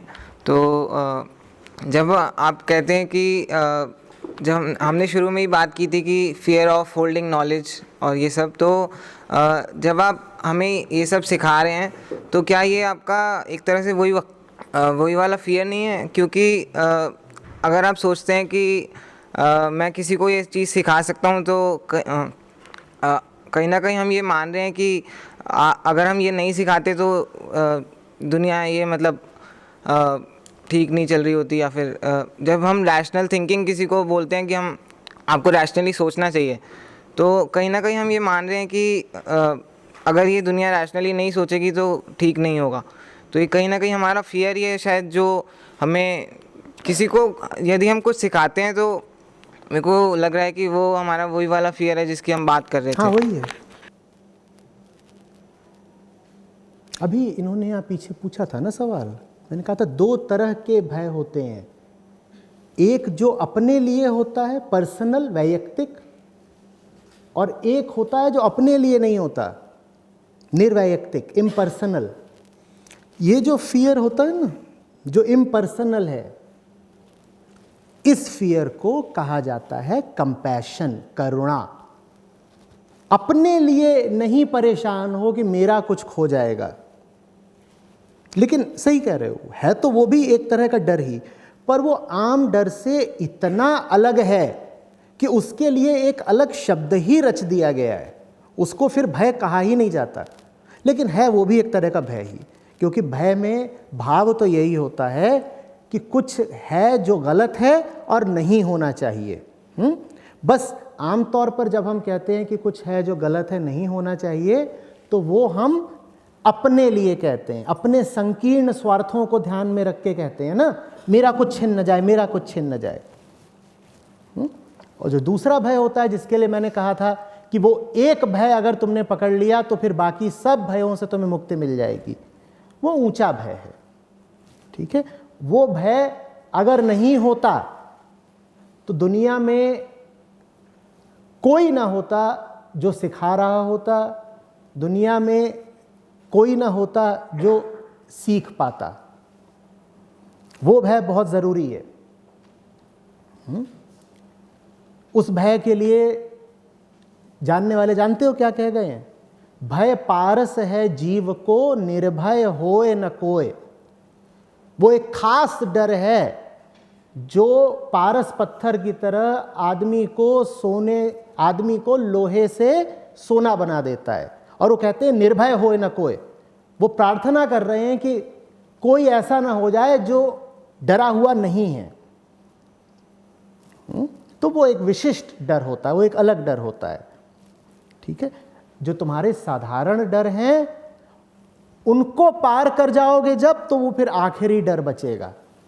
वो आखिरी डर फिर वो होता है जिसके कारण कृष्ण ने अर्जुन से गीता कही। हम बिल्कुल कह सकते हैं कि कृष्ण को भी तो डर था कि कहीं अधर्म फैल न जाए, तभी तो वो अर्जुन को गीता बता रहे थे, वरना क्यों कहते? साफ साफ अपना डर बताते हैं। परित्राणाय साधूनाम विनाशाय च दुष्कृताम संभवामि युगे युगे। देखो, अगर मैं नहीं आऊंगा, मैं अवतरित नहीं होऊंगा, तो साधुओं को कौन बचाएगा और ये दुष्टों को सजा कौन देगा? तो एक तरह से कृष्ण भी तो देख रहे हैं कि भाई काम जिम्मेदारी का है और वो काम नहीं पूरा हुआ तो डर है कि कुछ गलत घटित हो जाएगा। ठीक है, पर वो बहुत आखिरी चीज़ है, उसकी बात छोड़ो। हम जीते हैं अपने छोटे छोटे संकुचित डरों में। हाँ, उनसे मुक्ति मिलनी ज़रूरी है। उनसे मिलनी ज़रूरी है। ये जो रोज़मर्रा के डर है ना, फ़ोन बजा डर गए, पीसीआर का सायरन सुनाई दिया दिल धक से हो गया, दरवाजे पर किसी ने आहट कर दी, उसमें भी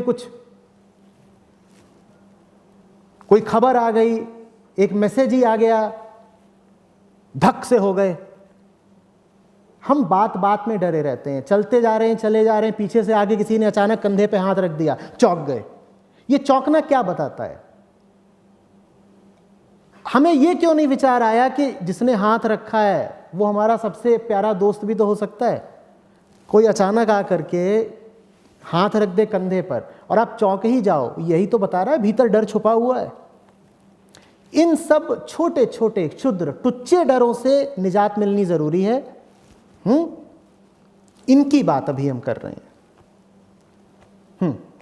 आचार्य जी नमस्कार, प्रणाम। आपकी काफ़ी टीचिंग्स की वजह से there has been a great transformation in my personal life as well. And one thing I have learned is the living in the moment, जो आपने बहुत दिन पहले एक बताया था, बिगिनर्स माइंड वाला।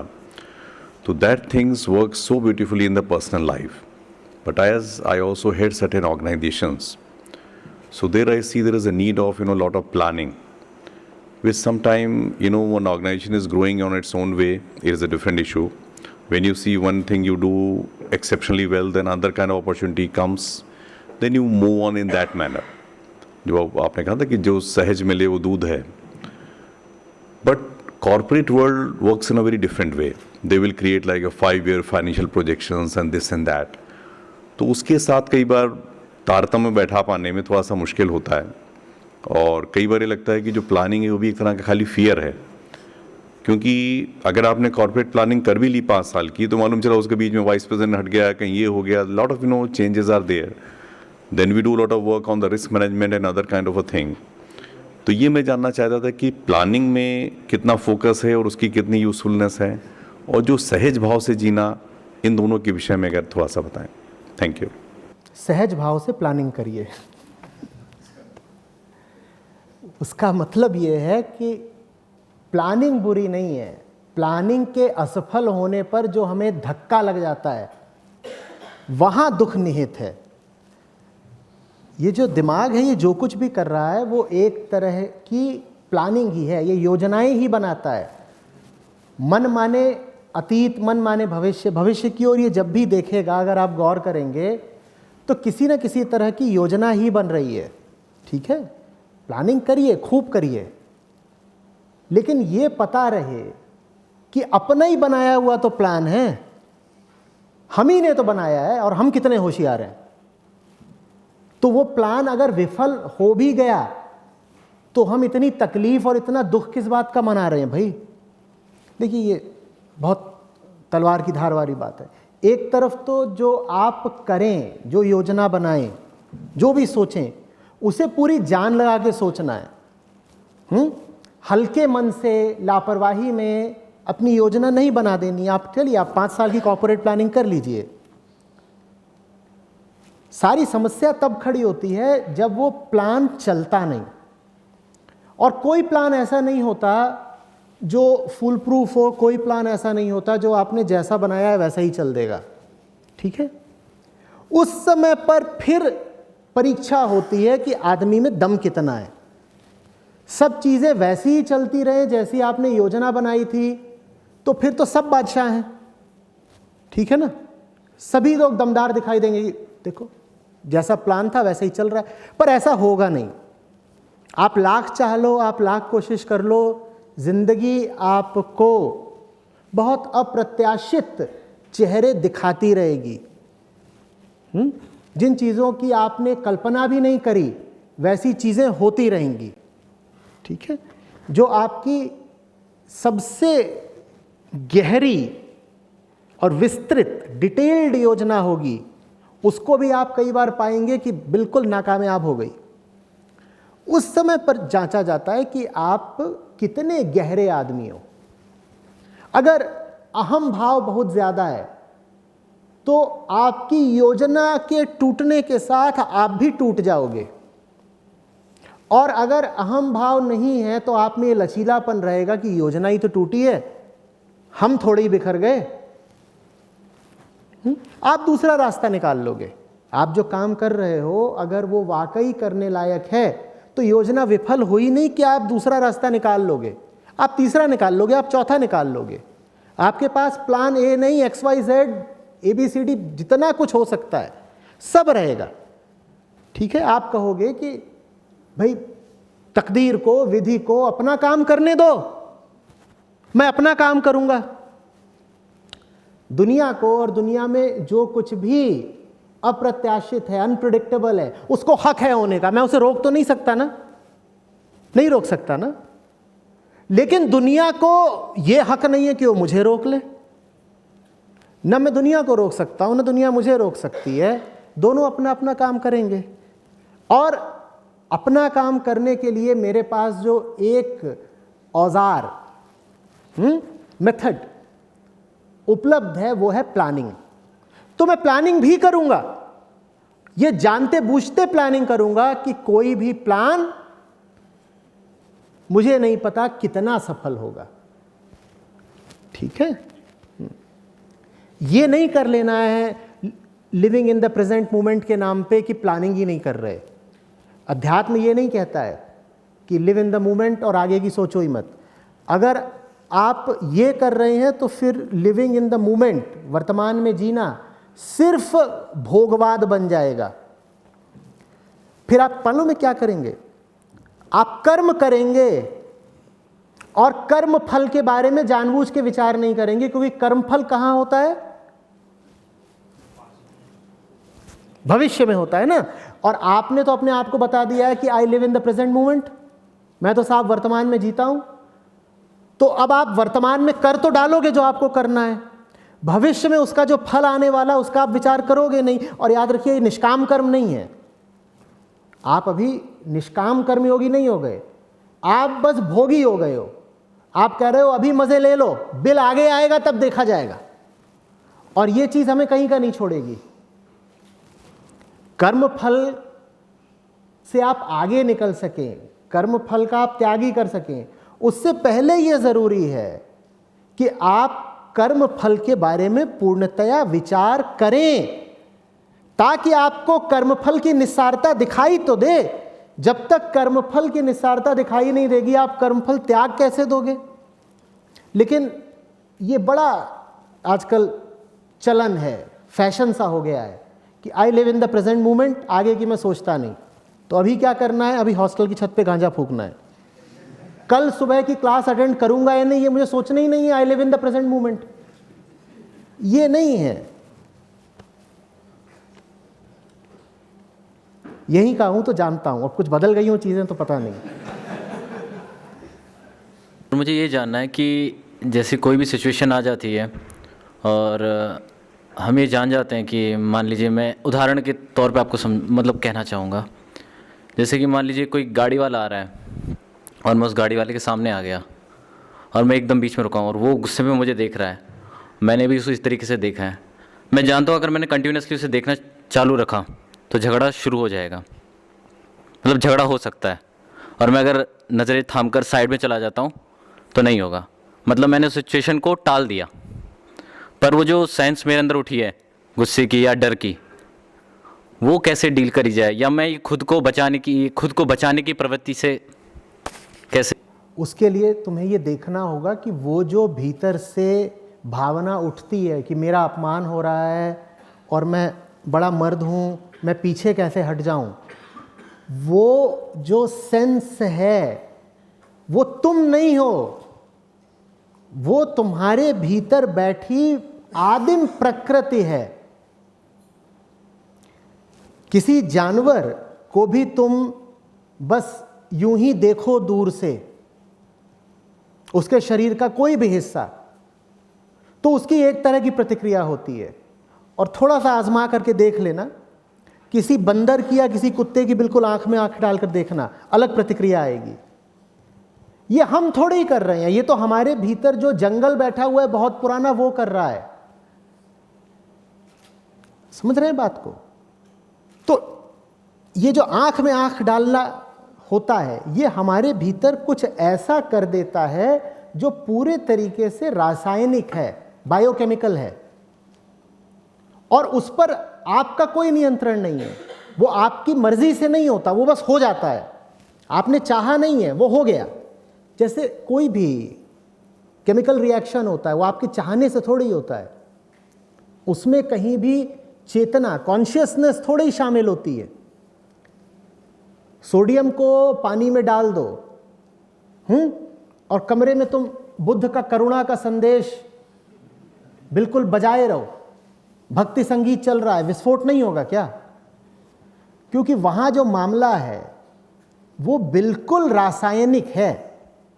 इसी तरीके से हमारे भीतर भी, जिसको मैं हम कहते हैं ना, मैं, सेल्फ, वो अधिकांशतः पूरे तरीके से रासायनिक है। ठीक है? ये बात जिसने समझ ली, वो इस झूठे मैं से, सेल्फ से नाता रखना जरा कम कर देता है। वो कहता है ये मैं थोड़ी ही कर रहा हूं, ये काम तो भीतर की केमिस्ट्री कर रही है, मैं केमिस्ट्री थोड़े ही हूं, मैं केमिस्ट्री थोड़े ही हूं। मैं सुबह उठना चाहता हूं, शरीर सोना चाहता है। हम अलग अलग हैं भाई। शरीर के अपने इरादे हैं, उसके इरादे बहुत पुराने हैं। वो अभी भी जंगल में ही है, उसको ये पता है खाओ पियो मस्त सो।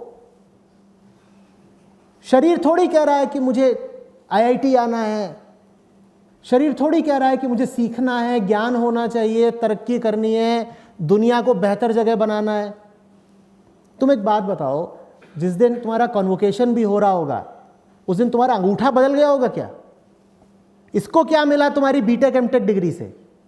ये तो अंगूठा ही रह गया ना। तो ये भी अच्छे से जानता है कि इनकी डिग्री विग्री से मुझे तो कुछ मिल नहीं जाना। तो तुम कितनी भी कोशिश कर लो ज्ञान अर्जित करने की, अंगूठा तुम्हारा साझीदार नहीं बनता, वो योगदान नहीं देता, वो ऐसा ही रहता है टेढ़ा। बात समझ में आ रही है भाई?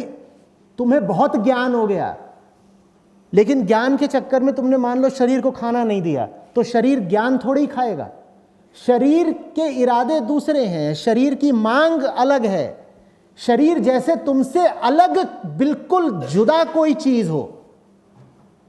तुम उठ जाना चाहते हो, तुमको पता है 75% रखनी है, और शरीर क्या बोल रहा है? सोना। तुम्हें दिख नहीं रहा है, दो अलग अलग लोग हैं, एक उठना चाहता है, एक सोना चाहता है। तुम इन दो को एक मान कैसे सकते हो? और तुम्हें यह तय करना होगा कि इन दोनों में से तुम कौन हो। तुम वो हो जो सोना चाहता है, या तुम वो हो जो उठना चाहता है? जो सोना चाहता है उसका नाम शरीर है, जो उठना चाहता है उसका नाम चेतना है। तुम कौन हो, ये तय करके रखो अच्छे से। जिसने ये तय कर लिया उसकी ज़िंदगी के निर्णय बिल्कुल सही रहते हैं, उसकी डिसीजन मेकिंग बिल्कुल कायदे की रहती है। जिसको अभी इस बारे में भ्रम है कि वो कौन है, वो कभी शरीर बन जाता है, कभी अंगूठा बन जाता है, कभी भावनाएं बन जाता है, कभी कुछ। उसकी हजार पहचाने हैं, और उसकी सारी पहचानें नकली हैं। उसका तो ऐसा है कि जैसे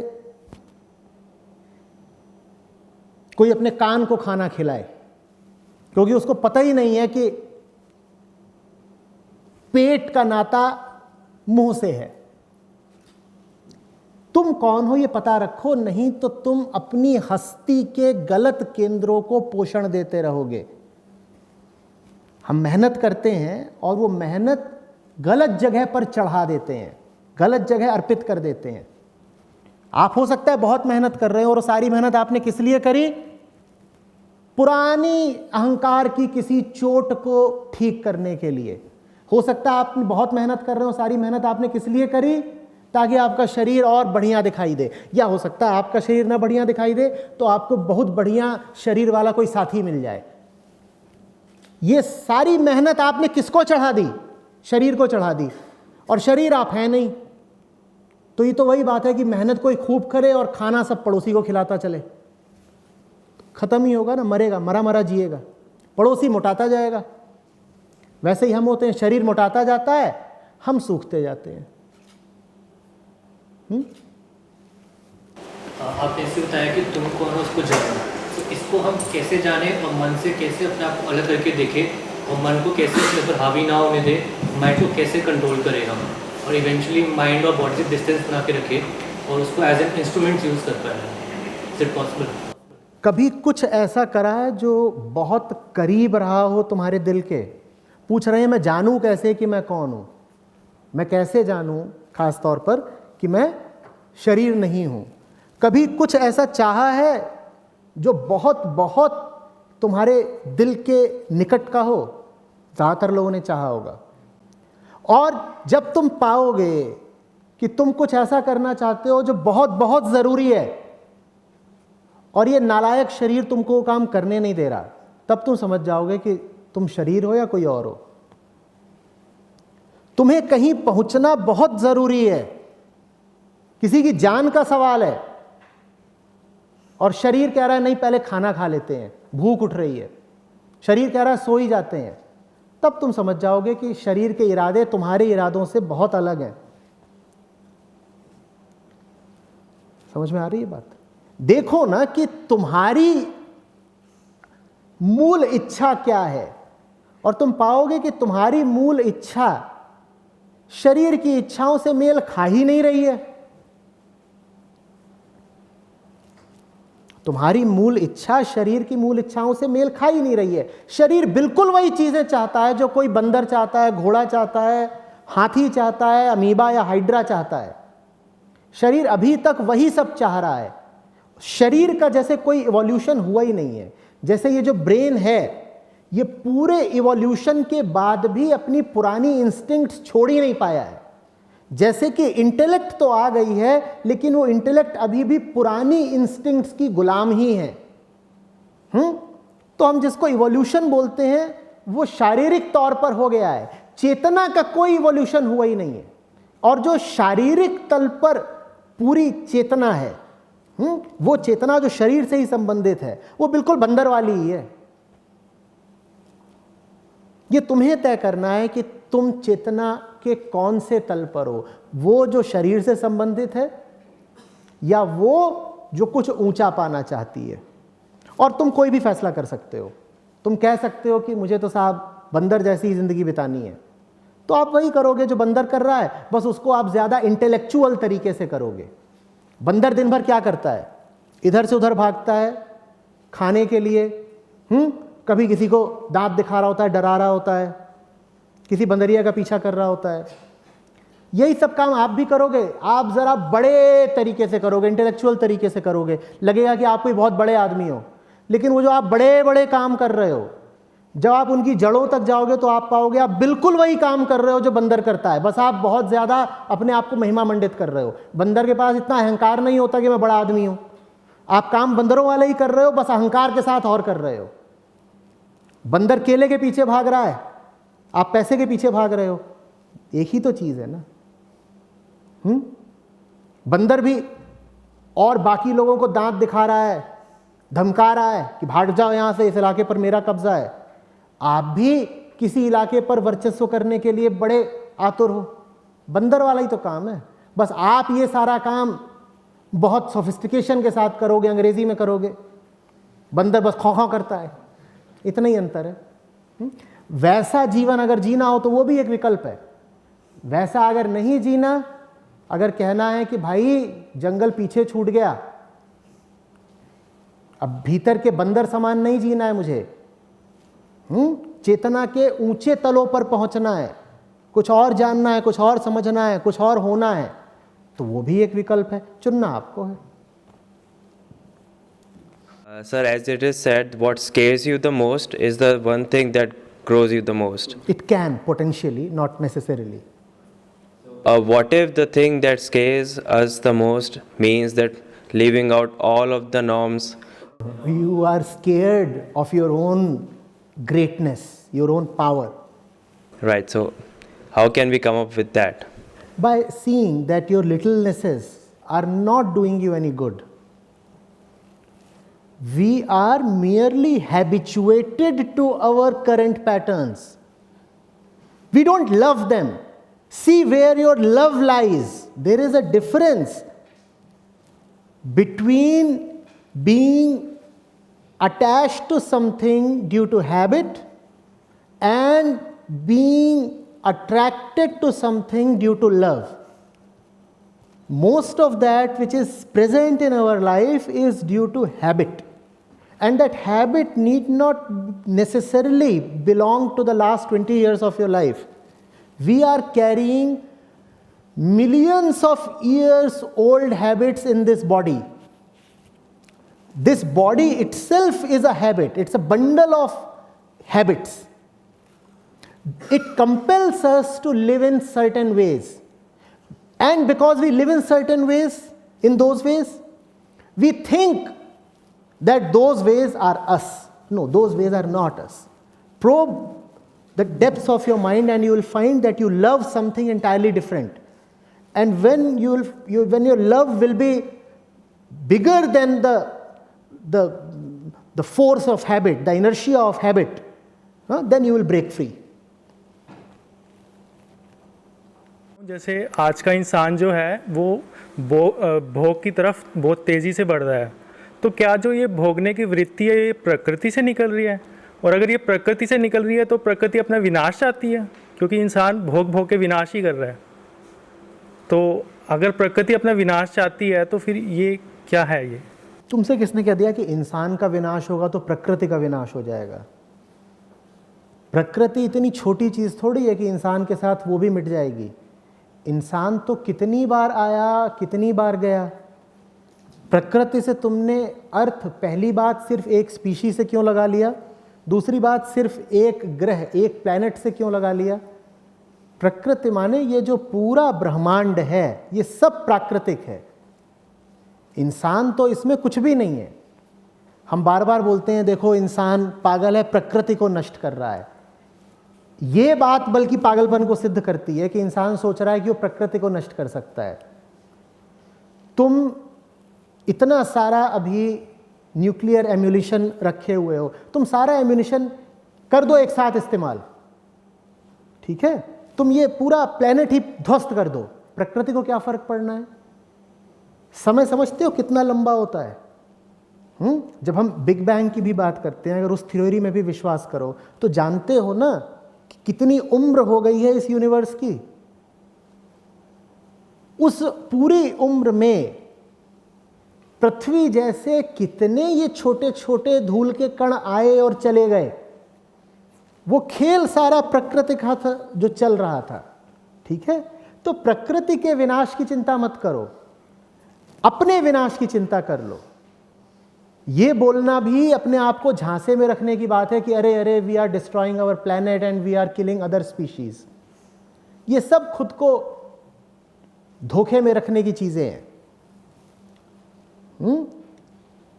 जीवन इस ग्रह पर दोबारा वापस आ जाएगा। कितनी ही बार ऐसा हुआ है कि मास एक्सटिंक्शन ऑफ स्पीशीज हुआ है प्लेनेट पर, फिर वापस आ जाते हैं।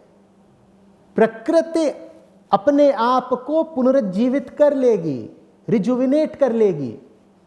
ये इंसान है जो वापस नहीं आएगा। चाहे तुम क्लाइमेट चेंज की बात कर रहे हो, ठीक है, चाहे किसी न्यूक्लियर डिजास्टर की बात कर रहे हो, ये सब खतरे इंसान के लिए हैं।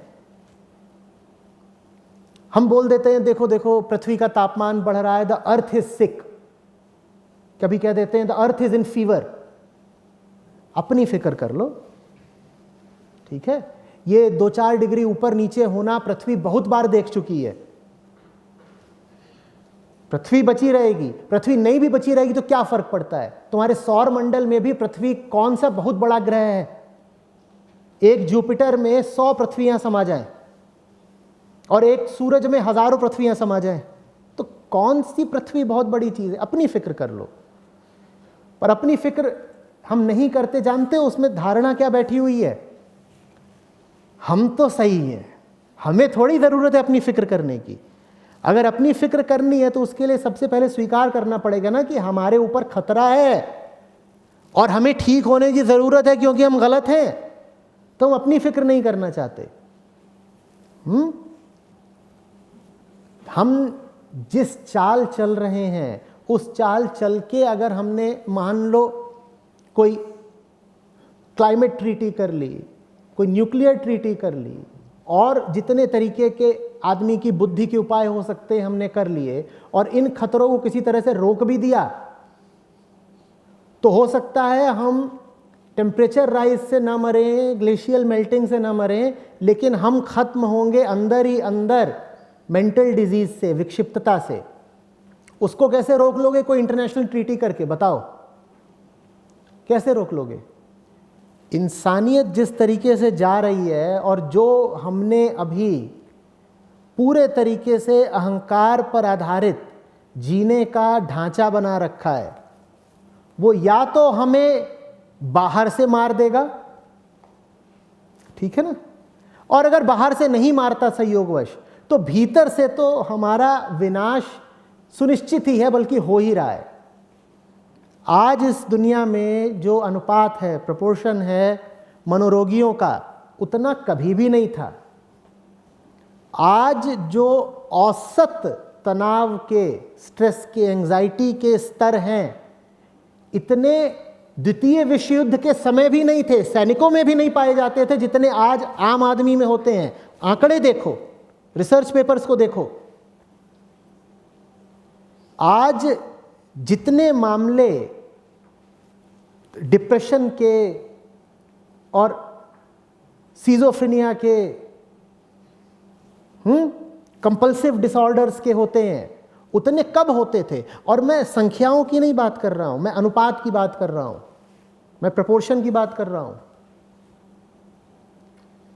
हम बहुत तेजी से एक ऐसी दुनिया की ओर बढ़ रहे हैं जिसमें हर आदमी पागल होगा, बाहर से स्वस्थ होगा और भीतर ही भीतर साइको। अब क्या करोगे बताओ? इंसान अकेला जानवर है जिसको छूट है अपने अनुसार कुछ बनने की। यहीं पे गड़बड़ हो गई। बंदर को कोई छूट नहीं है। तुम कभी नहीं सुनोगे बंदर बन गया जेंटलमैन, पर राजू जेंटलमैन बन जाता है ना। शेर पैदा होता है, शेर ही मरेगा। शेर को कोई विकल्प नहीं है कि वो कुछ और होने की सोचे, महाशेर हो जाए, नहीं होता ना। आदमी अकेला है जिसे छूट है कि वो कुछ और हो सकता है। ये बहुत सुंदर छूट है। इसी छूट के कारण पुराने जानने वाले बोल गए कि मानुष जन्म दुर्लभ होता है और ये बड़े सौभाग्य की बात होती है कि कोई मनुष्य योनि में जन्म ले, क्योंकि हमें वो सुविधा, वो छूट, वो विकल्प है कि हम पैदा तो जानवर जैसे होते हैं लेकिन हम बहुत बेहतर बन सकते हैं, आत्मोत्थान हो सकता है, एक ज़बरदस्त तरक्की का विकल्प हमें मिला हुआ है। लेकिन कोई भी छूट, कैसी भी छूट हो, वो दोनों तरफ काम करती है। अगर आपको विकल्प होता है ऊपर उठने का तो साथ ही साथ हमेशा उसके विकल्प मिल जाएगा नीचे गिरने का भी। तो विकल्प तो हमें दोनों मिले हुए थे कि जानवर पैदा हुए हो, चाहो तो जानवर से ऊपर उठ जाओ और चाहो तो नीचे गिर जाओ। अब ये हमारा चुनाव रहा है कि 100 में से 99 लोग यही चुनते हैं कि वो जानवर से भी बदतर हो जाएंगे। ये जो छूट है इसने हमारा नाश कर डाला। यही छूट लेकिन हमें नाश से बचा भी सकती है। अगर आपको ये छूट थी कि आप अपनी दुर्दशा कर लो, तो निश्चित ही रूप से ये छूट भी तो हमें मिली हुई है ना कि जो दुर्दशा कर रखी है उसको संभाल लो, ठीक कर लो। तो हमें ये जो दूसरा विकल्प है, जो सही विकल्प है, उसका इस्तेमाल करना होगा। लगातार अपने ऊपर नज़र रखनी होगी और देखना होगा कि हम जो कर रहे हैं वो नीचे गिरने वाले काम हैं या ऊपर उठने वाले काम हैं। नीचे गिरने वाले काम कौन से होते हैं? जिसमें भीतर भय बढ़े, जिसमें हिंसा बढ़े, जिसमें तुम्हारी लोनलीनेस, अकेलापन, तन्हाई बढ़े, जिसमें तुम्हारे भीतर के लालच को और नशे को प्रश्रय मिले। ये सब नीचे गिरने वाले काम हैं। ऊपर उठने वाले काम कौन से होते हैं? जिसमें सबसे पहले तुम निर्भय हो जाओ। भारत का तो सारा अध्यात्म ही एक लक्ष्य के साथ रहा है। क्या? निर्भयता। कहते हैं कि आदमी की 100 बीमारियां हैं, पर उन 100 बीमारियों में जो सबसे गहरी बीमारी है वो डर है। तो जिसने डर को जीत लिया, समझ लो उसका अध्यात्म सार्थक हो गया।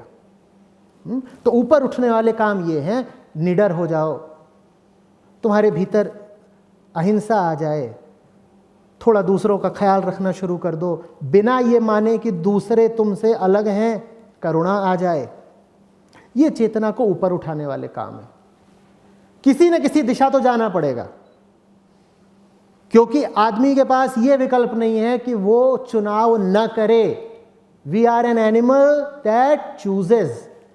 अगर ऊपर वाला चुनाव नहीं कर रहे हो तो सजा ये मिलेगी कि नीचे वाला चुनाव करना ही पड़ेगा। तो एक ही रास्ता है, ऊपर उठने का चुनाव लगातार करते रहो, करते रहो। बहुत सारे यहाँ पर कैंपस के स्टूडेंट्स होंगे, बहुत सारे लोग अतिथि हैं, बाहर से आए हैं। सबके पास विकल्प मौजूद हैं और सब जिंदगी के चौराहों पर खड़े पाते हैं अपने आप को। अक्सर सब निर्णय लेते हैं, कुछ पकड़ते हैं, कुछ छोड़ते हैं। वही क्षण होते हैं जब जिंदगी आबाद होती है या बर्बाद होती है। गौर से देखा करो, जो पकड़ रहे हो किस लिए पकड़ रहे हो, जो छोड़ रहे हो क्यों छोड़ रहे हो, लालच कितना है, अज्ञान कितना है, भीतर की हीन भावना और कमजोरी का विचार कितना है। जो भी निर्णय तुम इसलिए करोगे क्योंकि डरे हुए हो या नशे में हो या अपने आप को इंफीरियर, हीन समझते हो, वो निर्णय तुमको नीचे ही ले जाएंगे। और जितना नीचे जाते जाओगे ऊपर उठना उतना मुश्किल होता जाएगा। क्यों अपनी मुश्किल बढ़ानी?